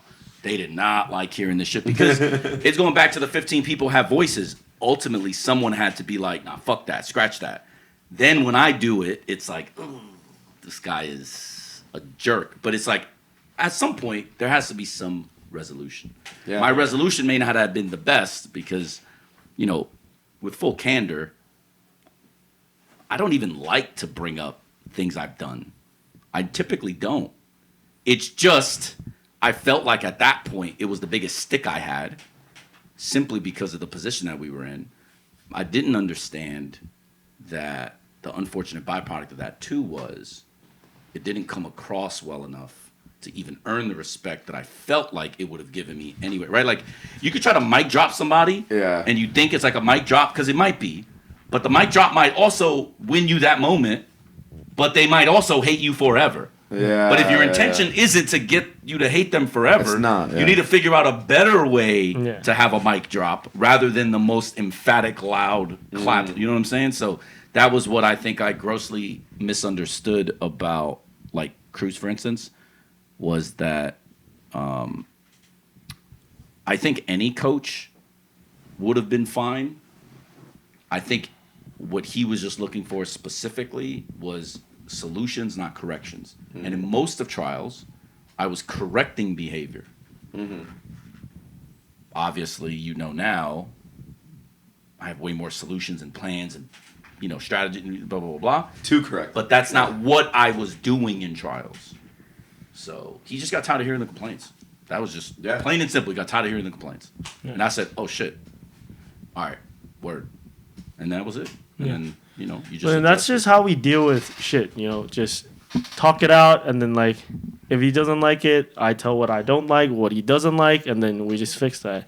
But then I don't have that luxury in my past teams, like, where we don't want to hurt each other's feeling, but at the end of the day, when we move to different teams, now we don't talk because, like, you know, man, we... Bad that kind of blood, shit, yeah. People didn't get to But- actually say what's on their mind. Yeah, because we have a lot to say after we're gone from each other for some reason. But then when we were with the team, we didn't say shit. So, like, I that's hate just how that it with is. Yeah, every it's little sad. patch.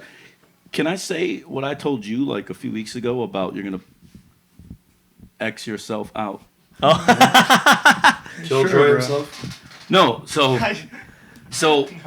some people I think would have a problem with what I'm about to tell you, but I feel like as a person, as a player, I would have wanted this, and in return, this is what I give. So I was obviously very butthurt about some of the throws that we had, and I was pointing it at Peter, and I was like, buddy, you're having a great year, you blah, blah, blah, blah, but you're going to play yourself out of the league because I can't have you continue to throw my games. Straight up had a gut check moment with him, like, I think you're doing everything you're being asked, and you're doing it well. But you're throwing so many fucking rounds that it's costing us wins. If this continues, I'm letting you know, I can't keep you here. By the way, this is mid game. Like, so this is in the match. We're done with the first map, and he says this. And I'm like, oh, fuck. Dude, you know I'm the good cop when you do that, bro. I have to go to Peter and be like, Peter, just play your fucking game. I don't care. And then I'm just like, God. I'm like, listen, we're about to blow another one. I don't care that you lost this last one. You're going to play yourself out the fucking league. Get your shit together. Stop throwing these fucking rounds. Right? Which game was that? That was DRX, I think. Oh, Because the bind? No. This was Haven. He literally... Look, DRX is in playoffs because of Peter, by the way. Congratulations. Right? He's Korean, bro. Listen, He's I get Korean. it. Oh, He's Korean, bro. Are you gonna get your citizenship now? I'm gonna collect my fucking check from So I told him because at that point I basically was just like, because that Haven was 5v3s, anti-ecos, a 5v2, a 2v1, which was not Peter though. But like, so I basically looked at him and said, buddy, you're gonna play yourself out the league. Tighten your shit up. Going into the third map, we couldn't afford any throws. And we lost the third map. It is what it is. Completely. Yeah, but you didn't throw it. Yeah. Right. We didn't throw it. But, you know, fast forward, I obviously have a really, you know, salty, you know, feeling about Bind, for instance, right? I was very vocal with him about Bind, about against Leviatán. I think he hurt us a lot, right? But he gave us a lot, to be But he fair. gave us a lot. And then if you look at all the other maps, he was pretty much our best player the whole tournament. Yeah. And that approach of telling someone, if this continues, I'm going to cut you, you know better than anybody, is not what happens in Valorant. They'll wait until after. They won't talk to you. They'll And then just cut you. Yeah. I'm giving him a chance to know, and I'm giving him the respect of telling him, buddy, as much as I like having you around and I think you're a good player, I can't have a guy fucking throwing my goddamn games this much. So fix your shit or get the fuck out. I said it as well as I'm supposed to, given my position, after watching us throw, by the way, the second seed in the league, which is okay. Look, I'd much rather all these things happen this year and now than obviously next year, for sure. But I had to have that conversation with Peter so he fucking knows that we're serious about A, trying to win, and B, trying to actually accomplish stuff. I can't do that when, baby, you're throwing my fucking games. Right? Fuck, I'm getting the smoke now, bro. Shit. Yeah, but this is how we are with each other. Yeah. He doesn't get away with bad calling games. Ban will cook him, Peter will cook him, I'll cook him. Oh, yeah. He doesn't get away with this, right? But he also doesn't get scapegoated when he calls a good game, like Lotus, and your team is literally throwing. This guy one time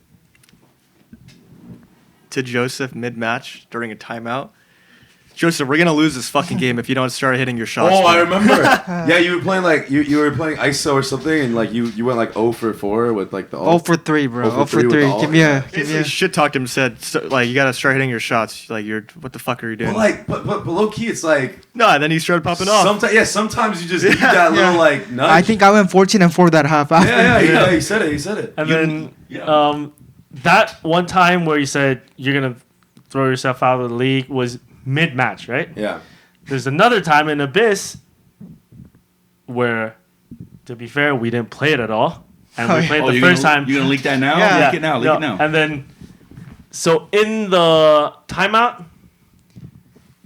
his voice came through. No, it wasn't timeout. It was pre-round. It was. Yeah, there was our a mic glitch. is supposed to be Oh, off. yeah. There was a glitch. Oh, you in got hot production. mic'd? Yeah. I got But hot only mic. for them, only for the boys. Yeah, Only yeah, for yeah. them, yeah. So he basically threw the round somehow. I don't know how. Yeah. I didn't remember. Oh, you didn't all. Something I like went that. up tower with Primmie.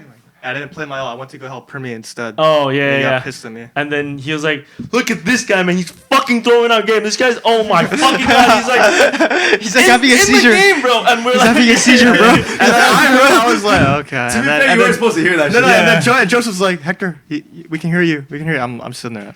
All right. No, I told Hector to shut the fuck up, bro. I was like, Hector, shut the fuck up. She's like, "This guy's just Stop, throwing my bro. game." In the Holy middle of fuck. the game. Middle of the game, they qualify for champs, by the way. Yeah, that was the game The they qualified champs for qualifying games. That Abyss. Okay, so but you guys didn't practice Abyss at all, no? So the thing is, That was my first time playing. First time. That I've was- never played. That was my second time playing Abyss. I played it once in a 10-man with like Jing and. Oh, like ever. Yeah, ever, Not even ever. a that break. was my yeah, second ever. time Okay. playing. so after the Zeta game, we had who? We were waiting for Secret right away, Yeah. right? 2 days before the Zeta game, I flew back to Thailand myself to sign Primmie. Oh yeah, are we allowed to say the story? Yeah. Tell the story because he told me, and yeah. So you should tell the story about how it all went down. Yeah. So during, I think it was RQ or DFM, he hit me up basically. Yo, I want to play. And I'm like, damn, bro, okay. And then I'm like, yeah, let's go. He took 4 days to answer. Oh shit. Bro. And then when he answered, I'm like, yo, do you need me to go to Thailand to help me convince your parents? Or what do you need me to do? He's like, come to Thailand. So I'm like, okay, but I have a DRX game. After I'm done with this DRX game, between the week, the DRX is on the 1st, I think. So I have the 2nd, the 3rd, and the 4th before our game on the 6th or 5th, whatever. I flew back to Thailand. I brought him in the team. I said, yo, come. There's a lot of shit for him to do before getting into a team. So we couldn't have him come to Korea. Mm-hmm. He came in. We had 3 days to prep. So I was like, Hector, I think we need to take a gamble. Basically, we can't get all maps, right? We can't make all 7 maps in the pool good in 3 days. There's no way. And we can't change comps. Yeah. Like, we can't use our normal like, we can't even patterns. get 7 maps good So in it has to 9 be all months. It has to be default default. comps. It has to be default. All Yeah. default comps, which we don't really play. Yeah. And like, we can't even get 7 maps good in 9 months. How can we do it in 3 days? So I'm like, we need to take a gamble. I think we've never played Abyss. They have never played Abyss. It's more likely that they won't pick it. So let's just take a gamble and not play it. And just pick 3 maps that we think they're going to pick that if they pick it, Primmie's going to play. Mm. And then we picked 3 maps. He played on 3 maps. We scrimmed on those 3. And Abyss, we were like, we're just going to put in Primmie. They're not gonna fucking play Abyss, is Yeah. what we said. They're not, fuck that. Yeah. They just came out. They're not playing Abyss. Yeah. And then They fucking pick it. And then, we pick Abyss. no, these guys come back. Okay, so we're in the waiting room. They're doing vetoes. We're all sitting there. Cruz walks in. Fuck. He's like, shit. Yeah. Yeah, And then and I have a 2-hour install on Abyss just in case the morning of the game, Yeah. which nobody remembers. And Yeah, that was when I I, don't was pissed at remember him. Yeah, we did a soft walkthrough of. Yeah, you No, were we did there. not. we decided not to No, we do didn't. Because We didn't do that. No, me, you, and him. No. were in We server. just Oh, we that was the decided other day. That was not the- to because we were so sure, dude. They're not gonna fucking play Abyss. Yeah. No, but we we did went it, in server but though. Me, you, and the Cruz. next So time that we was- went No. DRX. We went in server. That was 30 minutes before the match because after vetoes Yeah. we have 30 minutes. Oh, we have 30 right, minutes before the match That's- to warm I'm up. misremembering We didn't that, warm yeah. up. We were like, We didn't warm up. all right, let's choose a comp. Open Valor Plant. Okay, this. So I gave Fuck him a it. specific order with a specific ult at a specific time. He didn't do it. So I'm telling Aaron, see this fucking kid, bro. Why does he fucking always throw our goddamn games? You got one fucking job, bro. They can hear it. So he's like, Hector, shut the fuck up. I'm like, shut the fuck up. Why can are you hear talking to me? You can't even hear me. What are you talking about? He's like, no, bro, we can hear you. I'm like, huh? Admin. And then they go, sorry, muted. I was like, oh, That's fucked up. fuck. Yo, that's fucking. Admins did him That dirty. was completely. Admins did him dirty, bro. That was completely. That was not intended. That would never have happened. Of course then not, of course not. after that, he won us the game with the alts. Yeah. Nice. Oh, right. So he hears that. Oh, you got. I don't know if I want to say specifically what he did because I feel like people are still too stupid. They won't even realize it at this point. But he did one of the most 5-head shit that I taught this to Lenny. I taught him something with Lenny that you can do something with Silva that most people don't do, which I'll tell you off air. All right. He remembered it. I taught this to Lenny. Never went in service Be talking a to Silva him. main, bro. Of But course same you with remember. him. I don't really. Well, I expected him to remember it Yeah. because he was the IGL at the time, right? But he did the same thing. We never really walked through these things, but you knew the mechanics, so he Yeah. would do it. He did it last round of the game, basically, to win the game. He wins the game by himself using the ult the way he was supposed to have originally fucking done it, but he didn't do it the first time. Damn. So it just comes full circle that I yell at him in that way. He hears it by accident, but he remembers not to fuck up his ult. An exact situation happens, and he makes, notably to me, one of the best plays of the year because it was not only it required high intelligence and it required high execution, but he did it in one of the the most heat of the moment, action-packed sequences of our series. It's literally like 12-11. 12-11. Yeah. That was Think the about last it. round of the game. 12-11, and he had the presence of mind to go, oh, this is happening. Here's how I'm going to respond. I taught I'm him gonna well, wait. bro. I taught him well, bro. Yeah, bro. Taught him well. Thank you. So- Thank you. funny how that works. I forgot about that whole thing until he just mentioned And it. then- Yeah. So we went into the server. I'm the IGL, of course, but I don't know. That's my first time in the server, in that map, and What the fuck do I call? exactly. That's the thing. He didn't call. Yeah, that's the thing. Primmie was the IGL. For me, That Primmie game. IGL, the first match, first serial. Well, not first match, technically. his second, he's straight out of ranked. He's straight out of ranked. He's played it the most. IGLing. He's Yeah. IGLing to qualify for champs. Fucking Yeah, it's and let me because- tell you why it was my suggestion. Because he's the only one that played it in ranked. I said, yo, why don't we have the kid IGL? Cruz looks at me like the first is shock and horror. The next is like, actually, Genius light bulb. makes Yeah. sense. So Primmie actually IGL the whole series. in the fire. Not the whole series. The map. Like That map. Yeah. that map. Yeah. that map. Dude, so I was telling him something similar happened to me when Lotus first came out. Like Poise had no idea how to call on the map or whatever, and like I was like one of the only people playing Jet on it. That's when Jet got nerfed to the ground. But I was playing Rank so much at the time that I was just so confident and like in my abilities and like the timings of the fights that I would take that we had to play like Lotus in some match that we had, and I was the one IGLing on Jet on it, and it worked. And we fucking won. Because it was like with new maps, you can get away with shit like this. Yeah, you know what I yeah, mean? Like, yeah. there That's isn't- exactly what- there isn't a that's solidified yeah, meta. That's exactly what I said. I was people like, don't bro, it know won't what the best matter. thing is, yeah. But he's so confident because he shits on everyone in ranked. Exactly. He'll know the fights he wants, where he Boom. needs his util. Just tell him, yo, Primmie, you just tell them where you want the dart, if you want this, if you want that. Yeah. And he was like, okay. Yeah. And it just happened. And he was like, yo, Cruz, I need you to orb control here. So I asked him, where's the orb? Dead ass though. In the game. Dead ass though. In the In the game. And I was like, where's the orb, bro? Bro. I don't know where it goes. I was playing Abyss last night. He's behind my shoulder. Or no, two nights ago. He's behind my shoulder. I'm like one off an eyes. I'm like, yo, where's the orb at, bro? Where can I get this shit? Where can I get this fucking orb, bro? Exactly, man. And I was like, that was in game qualifying for champs. And I'm like, where's the orb, bro? And then I was like, oh, please don't cut this in like a voice comms, please. Yeah. And Peter, in 5 minutes in server, 5 minutes, he found the most broken spam place on the map. Oh, yeah. 5 minutes. I was just like, bro, how the fuck did you bro? You're a crackhead. How the hell did you find that? just how it is. This I didn't is- get to do in the match though. no, but no, I no, was in yeah, it, but still though, it's like, I mean, we have it in the bag still, but like, I found all I did was I found B dart, egg sec dart, post plant shock.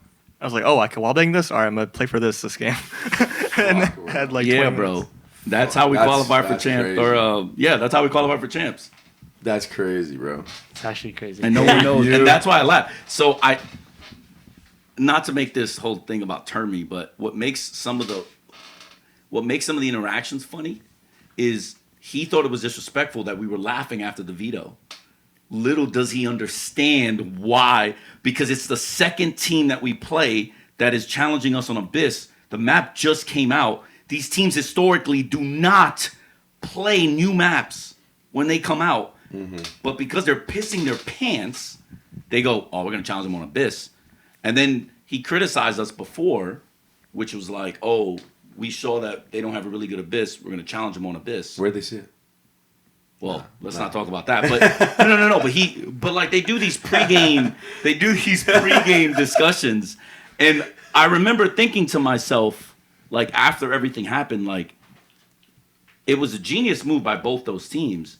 But just like, wow, we're really in people's heads if they're gonna risk what they're risking, right? Because at that point, you would save a map like that. Well- if you think we suck, you save Abyss for deep playoff run, right? You save it to surprise Gen G, or they're using this shit out the gate because last time we should have 2-0'd. Yeah. Well, to And Seekers risked their whole year on that map, and we were just like, huh, unlucky. to your point with the DRX thing, maybe that's what influenced them banning it against Sentinels, which just happened because you know, I'm sure that was maybe- the influence. Maybe if they didn't show it against you I'm guys, sure. Sen wouldn't have prepped so well against them on it, Oh, and then they wouldn't yeah. have had to ban it in that series. Yeah, you're right about that, man. Wow. That's crazy. Yeah, I'm sure that was the influential factor on that one. But yeah, no, but like, so that's another thing that I like him as a coach, is that he like looks at like the long term picture of shit. It's not just, oh, we need to win this fucking match right here, right now. It's like in the season. I mean, you know what I He'll mean? take risks against weaker teams. Yeah, It's yeah. like If we lose, it's fucked. But if we win without having to show too much, It sets you up. yeah, it does. Big time. Yeah, man. that's why I had a fight with him. I think during playoffs and in champs, where I'm like, Hector, to be fair, you have not. The veto has not gone our way once. Like, and he's like, because the other teams are stupid. I'm like, yeah, so maybe we need to start being stupid as well and like get it right, because we've been missing the maps that we think they're gonna pick. Yeah. And I'm like, I understand coming from his perspective that why would they do that? But then if this shit keeps on happening, it's gonna fuck up with Jit, with Primmie, where he's like, he's confident we're gonna play this map, and then what? Oh, Ascent? Like, What? they'll Hitman? lose confidence. Like, and so- stuff. I'll just say that vetoes to me, especially this year and throughout my career, haven't really been a problem. What I will say though is what he's really discussing is, so let's take Lev for example. They picked Ascent. We prepped Ascent as a third map, right?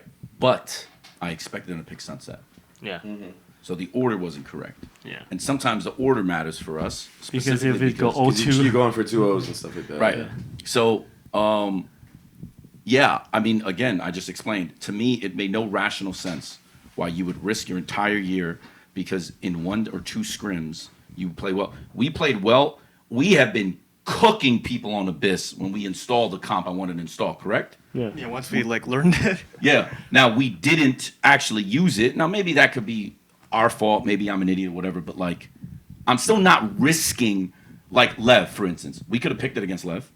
I chose Bind. Why did I check it against Bind? Because still a fresh map, similar to Icebox-ish. Aspas, best map. Icebox. Why would I risk Abyss, right? When in reality, sense. Bind, they're terrible on Bind. Let's just play them on Bind. Then we had a new comp. We had ideas. Everything was fresh. So when you think of it from that close. perspective, It was 11. no, we right? threw. You guys were up 11. We threw. Yeah, I mean, that's but we shouldn't have even been down 0-5, 0-4, thanks to this guy right here. Huh? No, Huh? pistol was not my fault, bro. Governor. Pistol was not your fault, but then the first gun round. And Yeah, second. but that's not 05. What do you mean? Wait, That is 05. Second gun round 2, Mother Flower. no, we're down 04. Mother flower. But I'm saying You're right, I didn't right, troll actually. pistol, so if I You didn't, didn't throw pistol. I It was only throw for- pistol. Okay, yeah, my bad. But anyways, so the point is, so when he talks about vetoes, it's like, man, it's hard for me to assume that these guys are the stupid. I would have never done that. As a matter of fact, to me, still consciously, it doesn't make sense. Again, I bring back the DRX thing. If they wanted to win playoffs and they thought we sucked, like is the narrative, why would they pick Abyss? Why don't you save that for Gen G, PRX, or like another Champs. team, Or right? Champs, yeah. So and like- like it, and to me, it's the same thing with Lev. Lev picked Ascent, but they only picked Ascent, in my opinion, because they felt comfortable enough to play an APAC team. That tells me now that they must have been playing well in scrims with this, so they were confident enough. Their Sunset is questionable. Now, why is it questionable? I don't know. I don't know what it is. I don't know if they knew. It could have just been the feeling that Right. week. But typically, when you look at the vetoes, they should have picked Sunset. That is most likely It's the how best it was map. going to go One of the down. best And the maps. third map would have been, if you go down the bands, it would have been Ascent. It just happened to us to come second. I think that his point is like you can't heavily rely on the way that the maps are going to go as being a part of your game plan. It's not consistent because you just don't know. No, fair. It is complete RNG. No. Yeah. It's totally fair, especially when teams are doing things that to me are not rational. So his response was, well, then you need to start thinking Rational. about no. You need to start thinking like irrational people so that we prepare, let's say, for the differences. Because I get complaints from like Primmie and Jit, more often from Primmie because he's like, "What maps are we gonna play?" I'm like, "We think they're gonna pick Sunset. 100% they're gonna pick Sunset, and we're gonna pick Vine." He's like, "Okay." And then when it's Ascent, he's like, "You said 100%, bro." but it's the game, bro. No. It's not No. always the vetoes No, aren't always going to but go your then- way. But young but then I players said- rely on the but mental then reps. he said, But I said, "There's a chance they pick Ascent. If they pick Ascent, we're fucked." And he's like, "Okay, but then why we only scrim twice want to say. Well, because you don't have a lot of time together, man. I mean, Right. What That's can the you problem. do, bro? Like It's- next year, that problem will Next probably... year, that shit won't matter. It Well, won't matter. no, In to be fairness, fair- though, too, hold on. We- In fairness, I cut corners Yeah. because I'm still thinking we're gonna win bind easy. Yeah. Third map, they're gonna get cooked. Second map, we can still win. We were scrimming maps that we weren't going to use Yeah. until we got to Heretics or Trace, right? Vitality, you mean? Or sorry, Vitality or Trace during that prep week. So that's why he was So like, we're not I see, putting I our see, I full see. because I'm forecasting. I see, We I see, I should. see. You have everything you need to beat these fucks this game. I'm trying to not only make it out of groups, I'm trying to win the fucking tournament. Yeah. So we're working on comps that we didn't even show this tournament because we didn't make it far enough to use them. So this is where their complaint really Yeah, is, yeah, and you, yeah. I can't That's argue fair, though. it. That's fair. I can't argue that because we're killing time to prep against Lev because I'm forecasting things Yeah. that obviously didn't happen, but also because I'm trying to win. They're trying to get out of groups. I'm trying to win the tournament. Yeah. So there's still a massive conflict here, and this is just something we're gonna have to work through. I think your like long-term picture works for the idea of making it to champs, but I think once you get into champs, it's one of those things where it's like so much depends on your form and everything that No, you no, no. gotta just be Totally strong true. going Totally into it true. week by Totally week. true. You know what I mean? You Yeah. gotta think about it like that. It's not a long enough time frame, in my opinion, No, to it's true. like try to. Unless you're like a clear like favorite, like you're the best. Like if you were Gen G, maybe who got like second, and then they got first, and now they made champs. I feel like they're a team in a spot that can afford to maybe cut Yeah. corners like that.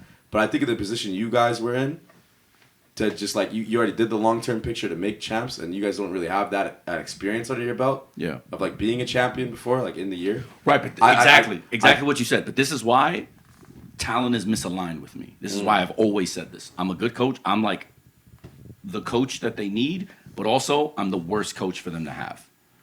Because you have exactly really what you high said. expectations. Exactly what you said. Yeah. Right? Yo, you can't do that yet when you haven't even proven yourself. It's In baby my mind, I'm steps. like, nah, bitch, we're winning this fucking tournament because I didn't come here to lose, and also I have world championships, much to his dislike back in November, right? So because even back then, by the way, I'm sure he'll tell you, what was I talking about back then about this team? What was what I was saying about this team or the expectations I have for this team, regardless? Wasn't I talking about championships back then? Is basically my point. yeah. So like, you basically, We're a month out of trials, and I'm telling them, I'm only here to win championships. yeah, he doesn't want to come here to just like, Be mediocre. Yeah. So my perspective is flawed, and I have no problem admitting this.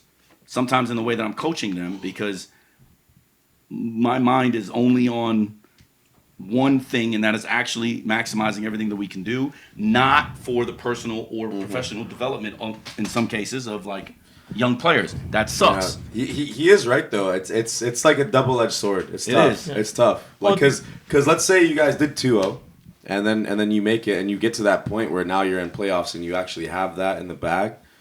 This is what we It's- have all talked no, about. this is, But maybe it needs to be something more consistent, not hiding an actual map, but maybe it's something where like you have a game plan for the specific well, map. yeah. You know what I mean? it could be a little bit less like True. It I is true. talked him into like showing our best shit, and he Yeah. agreed on it. But then what happened was, Team Vitality bans Abyss, oh yeah. and I'm like, I think we're cooked. Yeah, I was like, I think we're cooked, bro. But then, to be fair, during the process of scrimming in champs, I kind of had the same idea with him. I think, Yeah, he told me that you guys were frying everybody. yeah, and I was like, there's no way, there's no world, right, where we go in and we go 0-2, 0-2.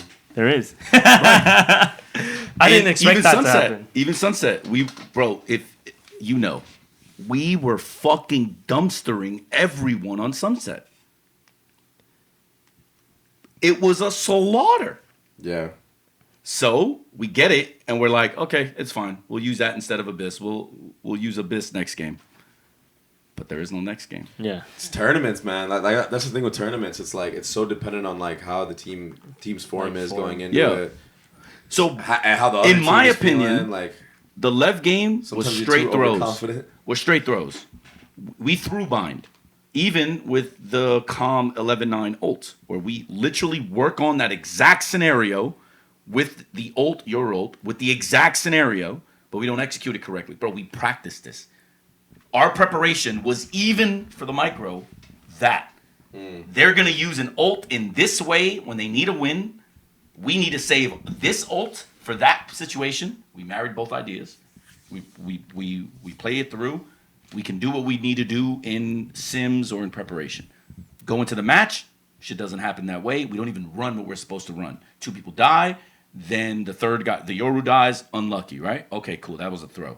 Ascent, I think we can all agree, was also a throw. We threw 5 rounds in 1/2 alone. Right? We threw 8 rounds total. Right? I think Vitality was not throws.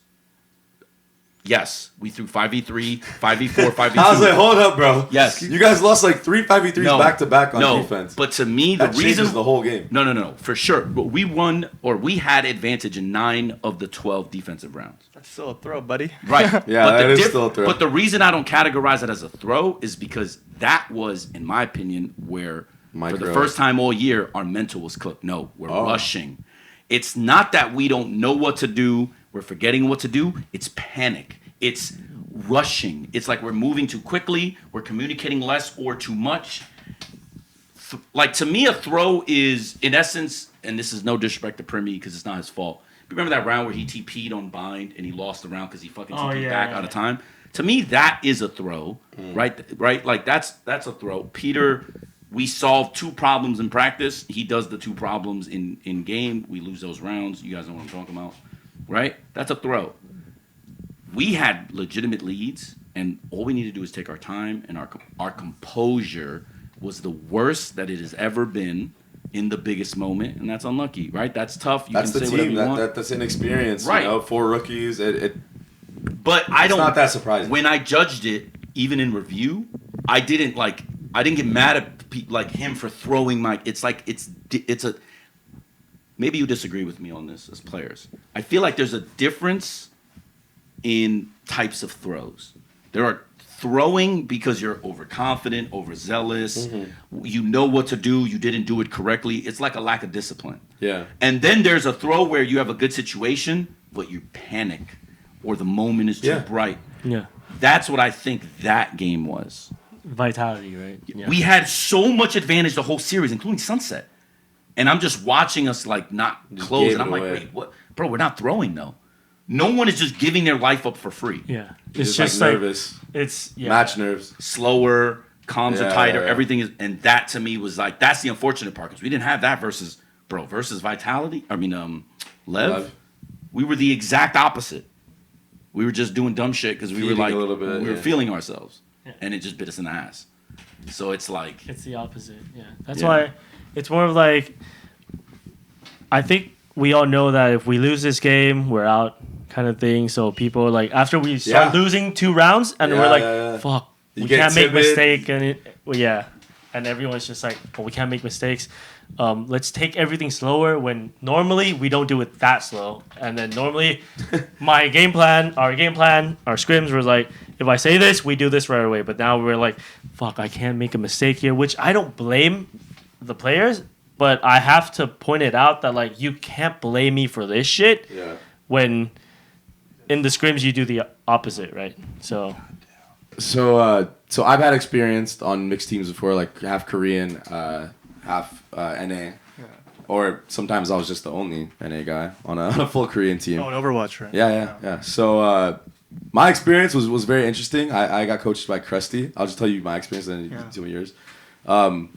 This motherfucker was hella nice to me, but when he was talking to like the other Korean players, he was like, a savage, bro. Like a savage. Like I've never seen him go at players next for like doing like not doing the basic things, right? He actually went to the point where like he called up one of our players' moms at one point and was like, yo, your fucking son is throwing his life. What the fuck? I swear to God. But dude, in the process of him being that cutthroat, like people think you're a dick. But like, they don't even know. But like, in the process of him being that cutthroat, he actually made a diamond. Like pressure makes diamonds, that saying. He actually did that with like multiple players. One of them actually including being Sinatra, who he's not Korean. But I've never seen Sinatra break down the way he broke down. I heard. And then when he broke down that way, Sinatra got so humbled, bro. He became the best player in the game. In Overwatch. He won 2 championships back to back after that. So I heard from one of his teammates that back in the day, the B team was just get work, and he made a comment like, "I don't want to scrim these teams, bro, because it's not good practice, whatever." He's like, "So why are you getting cooked?" And then he went in and was just like, "If you don't like it, stop it." He couldn't stop it. So then he gets so frustrated that he's like, he's beside himself. He's angry, blah, blah, blah. Some switch flipped because then he just became a terror. Like, it was like a gut check moment. Undisputed. Where people check him and he just, he can't handle it. All right, goes back to work. And just all of a sudden now you have the shock that we all know where they won and there's MVP and like that, bro. Like, but the difference in coaching, like I saw it clearly because like they knew not to talk to me that way, bro. Like he knew, bro. He can't yell at me, bro.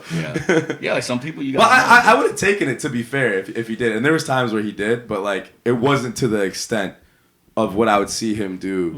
To his like brethren, Yeah, and to me. Sorry, but it's a shame that people don't know this about Sinatra. That like they think it's just like, oh, he's a braided Overwatch player, like da da da. No one respects the story or like the fact that like not only did he have to grind, but then he came in as like, oh, I'm the shit. Then got humbled, then worked through that adversity, came back, slaughtered everybody, finished the job, unlike us, right? And like no one knows this. I had to find this out from Overwatch players, and I'm like, what was NRG doing content-wise that no one knows this is like a thing? But anyways, but like that's so sad is that nobody realizes that he forged himself into a champion. He just wasn't gifted, got into a good team, and then just like, played without thinking. Like he actually had to go through real challenges. He's that guy. Yeah.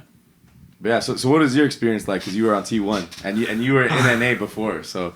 One thing I'll say is I'll probably never play for a Korean team again. It's not that it's bad. It just culturally doesn't fit me. I come from NA, obviously. Like in NA, obviously, as you guys know, the feedbacks, how you look at the game and like how you communicate to each other is not very honest, I should say.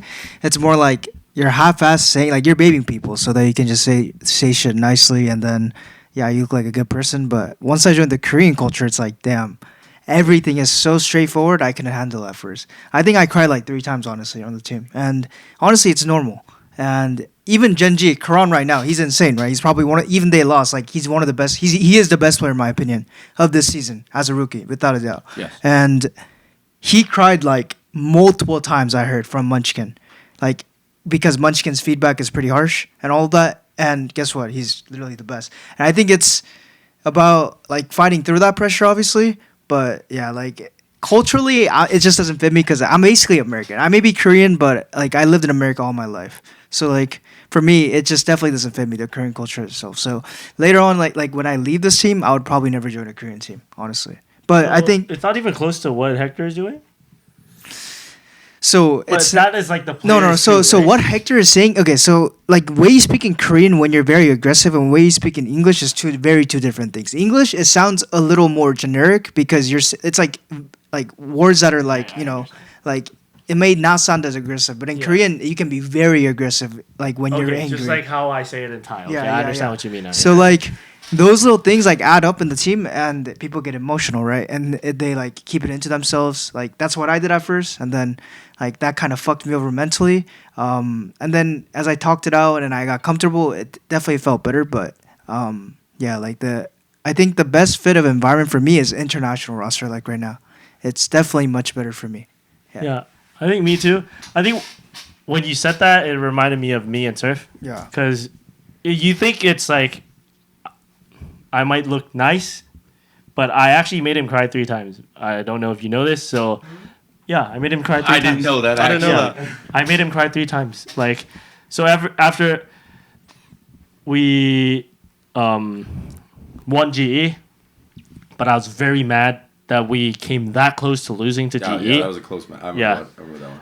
I brought him to dinner with Jit, and I just shit on him that if you think you coming in telling me that I'm gonna bring you to champions and you play like this, you're bringing me nowhere, and you're basically the the problem. Like, you're making everyone worse. You're making the team worse.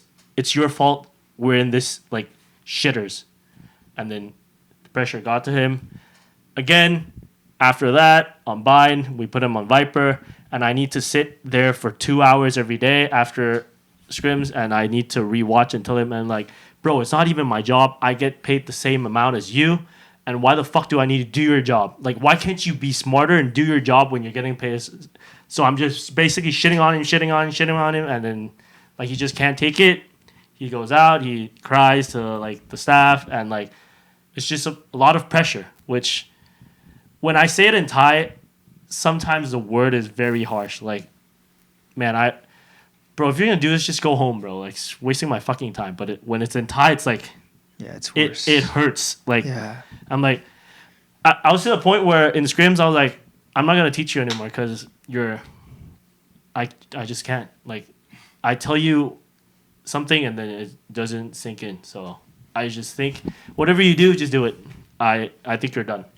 I said that in scrims, but then people don't know that because I say it in a tone like this, like, I don't know what you're doing, man. Just whatever. Just something like that. But then the words I meant was basically, I think you're done, bro. Your career is over. You suck. Yeah. And so I took him. It took a toll on him, which is why he's probably playing Minecraft half the fucking time. He says I'm fucking stressed. It's probably because of me. I said that I do the same thing to Jit, but not as harsh because he learns really fast. Right. I say the same thing to Primmie as well, which is why people are asking me if I'm doing the same thing to the Thai players, which I said there's no point for me in being nice. Yo, who's the asshole who said we have a degrading kink again? Everybody. The Plat Chat guys. Maybe all the future goats might just have a degrading kink. That might just be the key to fucking being the best. No. Yeah. I think so. What's interesting about this perspective is like, I think, Ben, you can speak to this the most. So yeah. I'm curious before I say what I'm going to say.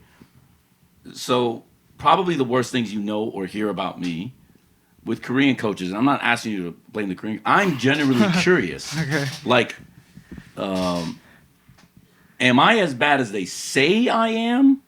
If you were to compare the Korean to, because I know the languages sound and mean differently.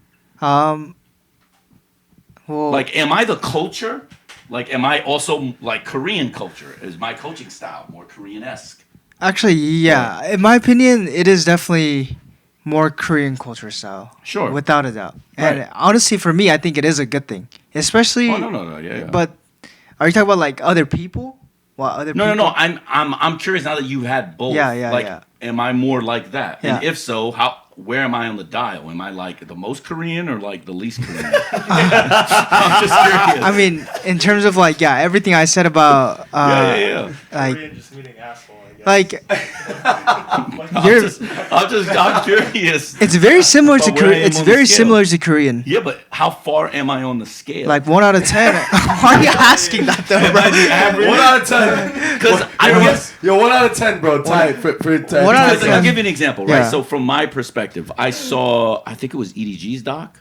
Oh yeah, Right? that. Oh, yeah. I've my never God. like I feel like I've never done the they're things that extreme. some of these No, yeah. people have But done. that's- and that's just not who That's I the am. thing. That's not what That's I do. the thing Asian cultures go through, actually. Right, but Yeah. I am known as probably the most demonstrative and probably the worst, I guess, NA coach in That's- that sense. Or okay, whatever. one thing- But in reality, I'm like, Yeah. the fuck you guys. One talking thing about I'll when say I'm like is, this? you know why? You know why? Because Korean, you see these T1 documentaries, Genji documentaries. There's never a bad side in the documentaries, right? You guys have to realize what goes behind the scenes. I know, but it's not bad things. It's just their culture. It's just our culture of Koreans, and it makes the team better. Honestly, in my opinion, even though it's mentally tough. Right? You're not Korean, bro. Anyways, but yeah, that's the thing. Like, people think you're harsh because you're very open about it. These Korean teams, I promise you, DRX, Genji, like all these teams, they fight all the time, and it's worse than us. It's worse than probably most of the teams that are in APAC. They just never show it through the video, or For they sure, just for never sure, know. for sure. Yeah. So that's the They're not as only open reason about why it. I Yeah. think your Sigma's like that. Yeah. Okay. I can understand that. Yeah. But yeah, because when I see or when I hear, Yeah. the best is when I hear from other players, right? Like on the low. Like, and then I'm like, wait a minute. Yeah. Definitely haven't done So, that. What so, are we talking so, about? so does that make you feel like you should do even more? Like, should you be even more? No. For me, it's I was about to put you guys in a bad spot, bro. No. For me, as like a person, it's just trying to understand, I think, the difference with the perception and the reality, and whether, like, how far I am off what really happens, right? Because I can only see things through my lens. You're like a 7, they're like a 9. Right, but in my head, maybe I'm a 2. So there has to be like, what am I missing? Like, where is the line? Am I like of the worst caliber? Am I not really? Like, is it truly a perception thing, or is it really a reality thing? Like an example, I've been very open with the guys about our run at champs. You know, on a personal level, I feel like you can't be a good coach if your team is consistently throwing games, right? So I feel like we threw games all year. Mm-hmm. So. Oh yeah, you told me this. You're very hard on yourself. If you were to ask me on a personal level, with all the accolades and all the things I've done, I know my worth. I know where I'm at. But, Hector, are you one of the best Valorant coaches? My answer to you today is going to be no. You can't consistently throw 5v3s and call yourself a good coach. There's just no way. How the fuck can I fix it? I have to figure out how to fix it, right? We've been doing this shit all year. Champs, going into champs, I legitimately thought not only were we going to get out of groups, I thought we could make a quiet run. Before our first game, like the night before the first game, if you would have hit me with a truth serum, you know what I would have told you? I think we can win this thing. Because we're frying if we were to talk about names and just show those, I'm talking 19 to X, I'm talking 20 to 4s, I'm talking like 16 to 8s, and we're throwing rounds on purpose like, hey guys, we're not going to full buy this round. We're going to use SMGs only. We're going to use Deagles only. We're going to get experience. Right. Scrimmers esports. Scrimmers Right. esports. So if you were to ask me that. Oh, we're scrimmers, man. No, it's okay. We used to hate scrimmers. We hate scrimmers. No, it's We hate okay. 'em. But what I'm trying to say is, when you think about this, how the fuck could we not win a map? But my brain is telling me every That we single can win a instinct I fucking have that we title. can win a fucking tournament that we can't win a map out of. Well, so then it goes, am I lost? How far off the Richter scale am I? Because I have no idea why my perception was one thing, but the reality was completely different. And it's not just about like my personality or my coaching style or my game IQ. Sometimes it's even like expectations, right? Like I think Primmie could be the best player. You know how much shit I got for saying he could be the best player in the world? And then I see the games in the tournament and I'm like, am I on something, right? But it's like you know, yeah. I don't think you're a bad coach. I think you have very high expectations, and I think that this next year will answer a lot of your questions. I think we're just gonna leave it at that. Sure. I hope. Sure.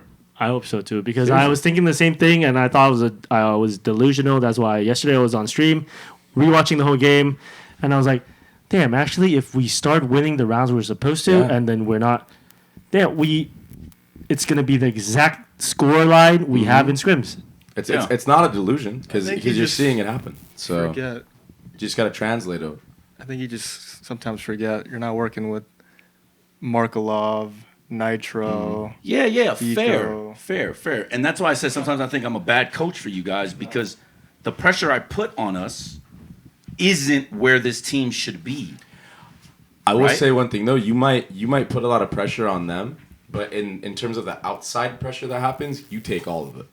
Like I don't think you guys get any type of pressure because you know it's all gonna go to this fucking guy. So even if you guys are dog shit, even if you go 0-2 barbecue, they're looking at this guy, bro. You guys are good, bro. You know what I'm saying? You guys are good, bro. Yeah, and there's a funny story about that, because it's sometimes why I think I'm a sicko, because I genuinely don't get bothered. Sometimes I laugh when people say negative things about, like the Korean forums that him and Do-hoon showed me all the time. I laugh, right? Like, I think there was a moment where me and Do-hoon, the GM of Talon, had a conversation, and he was like talking to me about this. And I was like, dude, because he gets bothered that they say this about me because he knows me, likes me, whatever. And I was like, honestly, bro, it comes with the game. I think Yinsu, I had a conversation with Yinsu about this, and she was surprised by my response. I basically said, and crws, tell me if you agree with me or not. I'm really curious about your opinion because I feel like you go through more shit than anyone else in Valorant because you have a country that low-key talks shit about you 95% of the time and doesn't support you, but only will support you during the good days. It's a very strange. I've never seen that before. It's Valorant though. I'm not gonna never lie. seen that. No, but I've never seen the highs be as high. Yeah. I feel like we are in the entertainment industry, so it's our job essentially to pretty much eat those punches, and that's what we get kind of paid for. It's not just to win; it's also to like take the abuse. Mm-hmm. And I feel like most people's perspective think I'm stupid for feeling that way, but that's why I don't get bothered by people criticizing me, and I sometimes embrace it or laugh at it because I feel like that's exactly what I said on stream yesterday. That like I kind of got thick skin just because It's a good way to look at it. because people will do that. They will always want to see the players they want to see, right? Like he's a fan of that guy. I wish that guy was on the team. There'll always be people like that, but then they don't know what we do as a team and behind the scenes to the point where we got, right? So they're just gonna say whatever the fuck they want to say. So I don't really care. Like that's why I straight up said on stream that if there's a guy who speaks English, I'm saying it right here too. If there's a guy who speaks English, can translate in Thai, understands macro, will complain, will shit on your teammates and have good aim, please replace me. Like straight up, take my spot. If you're that guy, just DM me or whatever. I don't care. Because I don't think there is right now. And then people expect us to be something, but when we don't have, right? So I think that's it. Yeah. Also, the grass isn't always greener. It's not always greener, man. That's a hard thing for people. They gotta to enjoy us understand. while we're here because the pro careers don't last forever, man. You know, No. and that's And that I think, to close on this topic for me, I think probably the biggest thing about my coaching style is I try to teach you how to be what we are outside of this too. Like this conflict resolution and all the stuff that we do here, you're going to eventually have a job with someone you don't like that you're going to have to work with, and you're going to have to deal with this, or some bosses are going to be, jerks for no reason. You're going to have to learn how to do this and deal with this. Like I think he's a very good coach. Judging from when I come into office, there's my marketing staff who's playing TFT, and this guy is behind him like, you should be doing that, you should be doing this. There's another kid doing something else, and he's like, you should do this. In life, you should do this. Like he's just a coach in every single aspect of life. So, And Steve has known me for a long time. Steve, the Steve? producer of the show. you getting in here, Steve? I wasn't really like this for most of the, I wasn't. It's just I got older, and then That's what I was I don't about know, to say. perspective changed for me. It wasn't like I woke up one morning and said, "Oh, I'm gonna do this." It just became like, damn, I really wish I didn't fucking do that. I wish that I would have been better at this. Yo, you have it. Take the time to learn this now. It's you just sound like my dad, bro. And I think one day I'm going to be your dad, not your dad. I'm going to be your dad to someone else. One day I'm gonna be your dad. Yeah. I'm going to be your And dad. he just said he's gonna fuck your mom. That's what he just said. He said he's gonna fuck your mom. Yeah, bro. The crazy thing about it is you're going to, one day, What an I'm asshole. telling you, life is going to happen to where you're going to look in the mirror and you're going to be him. You're going to be like, what the heck just happened? Because you won't even notice. No one prepared me for it either. Yeah. So it's kind of weird that you're in these situations and then boom, all of a sudden you have one chance. Like for us, I have one chance to get this team to go to where Talon expected, or I'm gone. So then you have to use all your tricks at your disposal, and sometimes you're going to be using dad's tricks, right? Or sometimes I start thinking like my mother, thinking like my dad, or trying to and it's it just fucking happens. You don't even plan on it. Yeah. All right, so we're just gonna do predictions now. It's pretty much the end of everything. That talk was insane. A lot of good insight for everybody out there. Hopefully, aspiring pros and coaches can get something out of it. But DRX got taken out by Sen 2-0 last night. EDG beat Trace 2-0. Are you guys surprised about any of that? I'm 100% my pick'em so far. Yeah. Yeah. I have Sen winning it all. Yeah, Sentinels winning. I have it all. Sen Heretics grand finals. Sen winning it all. Same. Yeah. Same. The Gen G Sen match, I said this. I think whoever won that match is gonna win. That's what I said. Bro. I Yeah. said the same. It's thing, grand. It's bro. grand finals in groups. Right, because whoever wins that is gonna be so confident the rest of the Yeah, tournament. I And a agree. confident San or a confident Gen G is like, how do you It play is against scary. it? But I guess the only one that, in my opinion, like you, the only one that could actually fight them toe to toe would be Heretics, because Heretics is nice too. I have Heretics losing to Fnatic in the first match, but Ooh. making lower bracket run because I think Ooh. Fnatic are in a crazy form That's right today. That's today. Yeah. So, okay, so let me ask you guys. So who do you think's gonna win G2 Lev? now. Lev. I'm gonna go G2. G2. I think G2. All right. Shit. All right. G2 is the No, most. no, it's okay. G2 is the most yeah, I think consistent they're team. being- Picking Yeah, Lev's they're not bad very because you It's not still bad. have It's not bad. Aspas. It's You not have, bad. you have playoff Aspas. It's That's not what I'm saying. Aspas. It's You can playoff change. Aspas. That is It true. changes the math. For That is sure. true. And the last team that G2 lost to was Lev. Yeah. So So that's it's not. And then Heretics, Fnatic. Oh, and one more thing about Lev, as I've said on the show, obviously they know, Lev has the best map veto. They have the best map pool of every team in this tournament. That was their number one advantage was they don't really have Them and Arma, Heretics. Like a permaban, yeah. and but the truth is, winning percentages they're better across the board. Believe it or not, against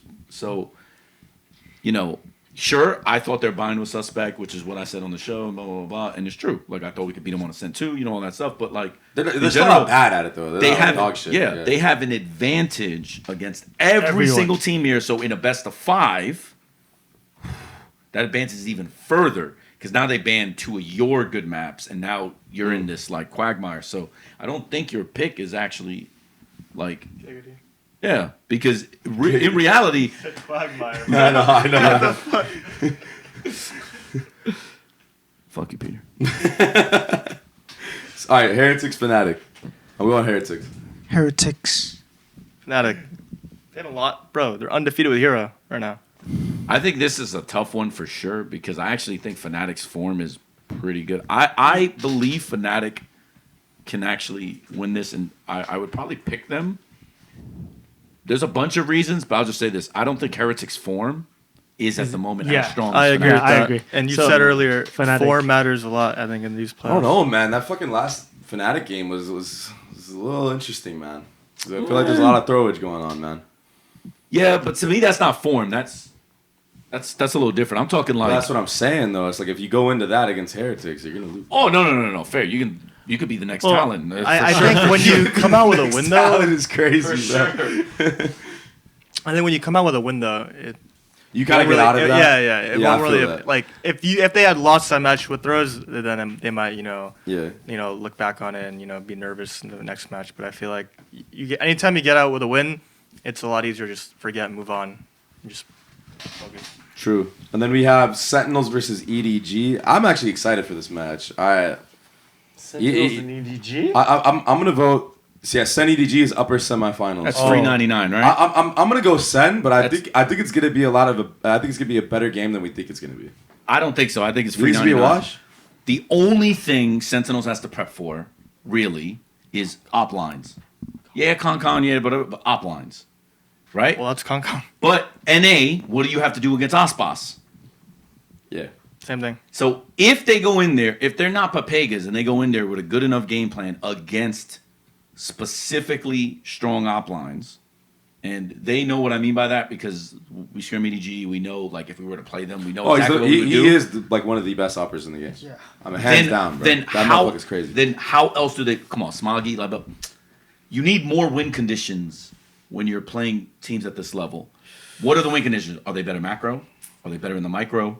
Will they get free spam kills on defense because they play Phantoms? That's incorrect. China doesn't use the Phantom, which is insane, right? When you think about all the ways that they could possibly steal one, you start going, no, they can't do that. No, they can't do that. No. And then it's just like, well, okay then. So logically, this is. But where I kind go. of agree with you though. Like, I think it's gonna be a better game than we think it's gonna be. I think don't it's gonna be a better complete game. wash. No, I'm not saying they're going to Yeah. 32 and 32 them. I'm Yeah. saying win condition wise. it's Sen kind has of a lot more. harder. Yeah, It's yeah. re- I think they're gonna win, but I think not Yeah. in a fashion where they just destroy EDG. I don't think so. No, for sure. I'm not predicting. I'm saying though, if I'm Sen, There's no way you lose that. Basically, if you focus on stopping the opper and don't give them free op kills, because then they have to figure out a way to beat you without their number one weapon, And this is where I think it's just too hard for me to pick against. They basically did that against Buzz, so that's a pretty good sign. And I'm not gonna lie, Buzz is nice with the op too. But Buzz is fucking nice with the op. Buzz is a terror. His Abyss op is like probably one of the best I've ever seen. For sure, bro. He's just he like quickscoping motherfuckers, bro. Like, he was destroying us too when we played him in the battle for top 2. I thought the narrative last year was Buzz can't op. I didn't watch It that was, specifically it last was, year, but yeah, what? he- No, that motherfucker can op. No, it was actually in like the Korean scene. He missed a lot of op shots, but now he practiced obviously, and you can Yeah. see it. Like it's Yeah. respect. It's working. A little bit of confidence can do wonders. But yo, this is just so random. It has nothing to do with Valorant, but it does have to do with Valorant. But you were talking about how like the Chinese teams only use Vandal. It's so weird because you think about Crossfire, and like it was all the M4. It was all M4 wallbang. Remember? Yeah. You know what I'm talking about? Yes. So isn't that like it's a little interesting, huh? Yeah. So for the rhetoric, so for you guys don't know, so like people like me say I have a world championship in Crossfire, blah, blah, blah, but the reason for that is because the rest of the world plays a different version of the game. So he is familiar with the flip side players, FaZe, like Luca, like all those guys, because they were the best at period At one time. of that version of the game. China plays on a different version of the game. And when we went to China, I think it was CF Stars, 2016 or something, we placed second, right? But China still won that because it's 2 different versions of the same game. In China, you can wall bang everything. With the M4. But in the NA, you can't. So imagine playing like Valorant with low pen weapons, right? Yeah, Only. And then suddenly it goes high. Imagine the Vandal is like Low pen. It's low pen, and then the fucking Phantom is like a fucking Odin. Right. That's what CF China Yeah. was. So I'm surprised that like 'cause Yeah. I know all these kids grew up playing Crossfire, guaranteed. Right. Yeah. I'm surprised they don't actually just commit to using the Phantom. Fair. 'cause- Well, especially when you look at like NA, VCT, the amount of free Popular. kills teams get Yeah. just from bro. I tried. Don't even get me started with these. Bro, fucking- Phantom's Yeah. OP, bro. I try so hard, but they don't. Phantom's OP. They don't you played listen. Crossfire, They're Tristan? APAC players. No, but so that's the context. The context he's giving you is there's 2 different versions of the game. China, technically the best region. That's what they're known for, But they don't use it here. But here, you can agree with me. They don't use it the same way I that think the NA teams most do. of the players in Valorant, I think most of them comes from CS. That's why they use the Vandal line. could be. Yeah. And then the only other match we have so far is DRX Trace. I think DRX is gonna. Yeah, I think Trace. Trace. I think Trace. Damn. I think DRX Styles. because when they DRX doesn't do prepare- well, sure, but what are you preparing for? You're preparing for a style that you have no experience against, and you know better than anybody. Well, to be fair, I think Trace. The reason why I think Trace did really well against EU and NA team is because I think they play a lot of macro, and I think they played really well, and they're not scared. So there's like a mixture of both. Where, like for example, us we played macro, but then we were scared shitless in the game, right? But then they're like they have the mentality to just run it down, but also shit. Coach says play macro. So they're not scared to go in. So when they dive like with the whole team. So Yeah. that's why I think they're still scary. And I think, but when you put it into perspective, that DRX has been playing a team like that. I think they have been playing a team like that for the whole like the past 3-4 years. So I don't think it's gonna be a hard time for them because I don't think they play differently. You know, I actually think Trace is really good. I think even though they got washed by fucking EDG later, that's like, in my opinion, that's a Big bro. it's a matchup thing. It's like, just big bro. It's, I it's think just they just they've got been their they, numbers all the EDG time. has been Big bro, clearing man. all these Chinese Yeah. teams the whole fucking year. I feel like they put up a really good showing versus Lev and Trace, like or in Vitality, and like really showed what they can do. Even in scrims, I always thought they were pretty good, but. It's 50-50 for me. I think Trace can do it. I think it'll be a good. I think they can do it, but I think when DRX has time to prepare, it's very hard. I'll to tell chase. you why. When you play against DRX, they're never gonna run through smokes. They're never gonna do stupid stuff. That's why it's easier to play against them. Like if I'm playing against DRX, I'm never looking at a smoke because these guys run out the smoke. I know they're gonna get in trouble with their coach. That's how they're coached. You can't do brain dead stuff. So like, if you're playing a Chinese team, they're gonna play like that, right? They have their own style, and DRX is gonna get cooked by that, in my opinion. Well, I think DRX kind of played Paper X a shit ton Yeah. So I think they're used to people just running it And down, they doing normally crazy lose, shit. though. Yeah, they had exactly. The like reverse the last time in the playoffs, but like, yeah, it's just they don't normally do well with different comps, different styles than what they're used to, and they don't really scrim. But then Trace doesn't really change comps. It's like whatever they show, that's No, you're right, but they're like, their true. but those are their comps. You only get experience with When their you play comps. that. That's what I mean by like, and DRX historically has done much better against teams that play like solid and standard. When you don't play that way, there are things you can exploit. And I think that's going to be a problem unless they know what's coming and it's a different conversation. So you if want you're Trace to wrong, play less than then macro. I coach Yeah. next year. Please. Please. The days are too long, too many hours, too many comps, All right. too much bitching. That's it. Spike Talk episode 18. Thank you guys for taking the time. I know it sucks going to O2 barbecue and you might not want to wake up. You might want to killjoy yourself and shit like that. But Yeah, man. remember, you guys still made it to champions. You guys should still hang your head up high because next year is gonna be that year for you guys. You know what I mean?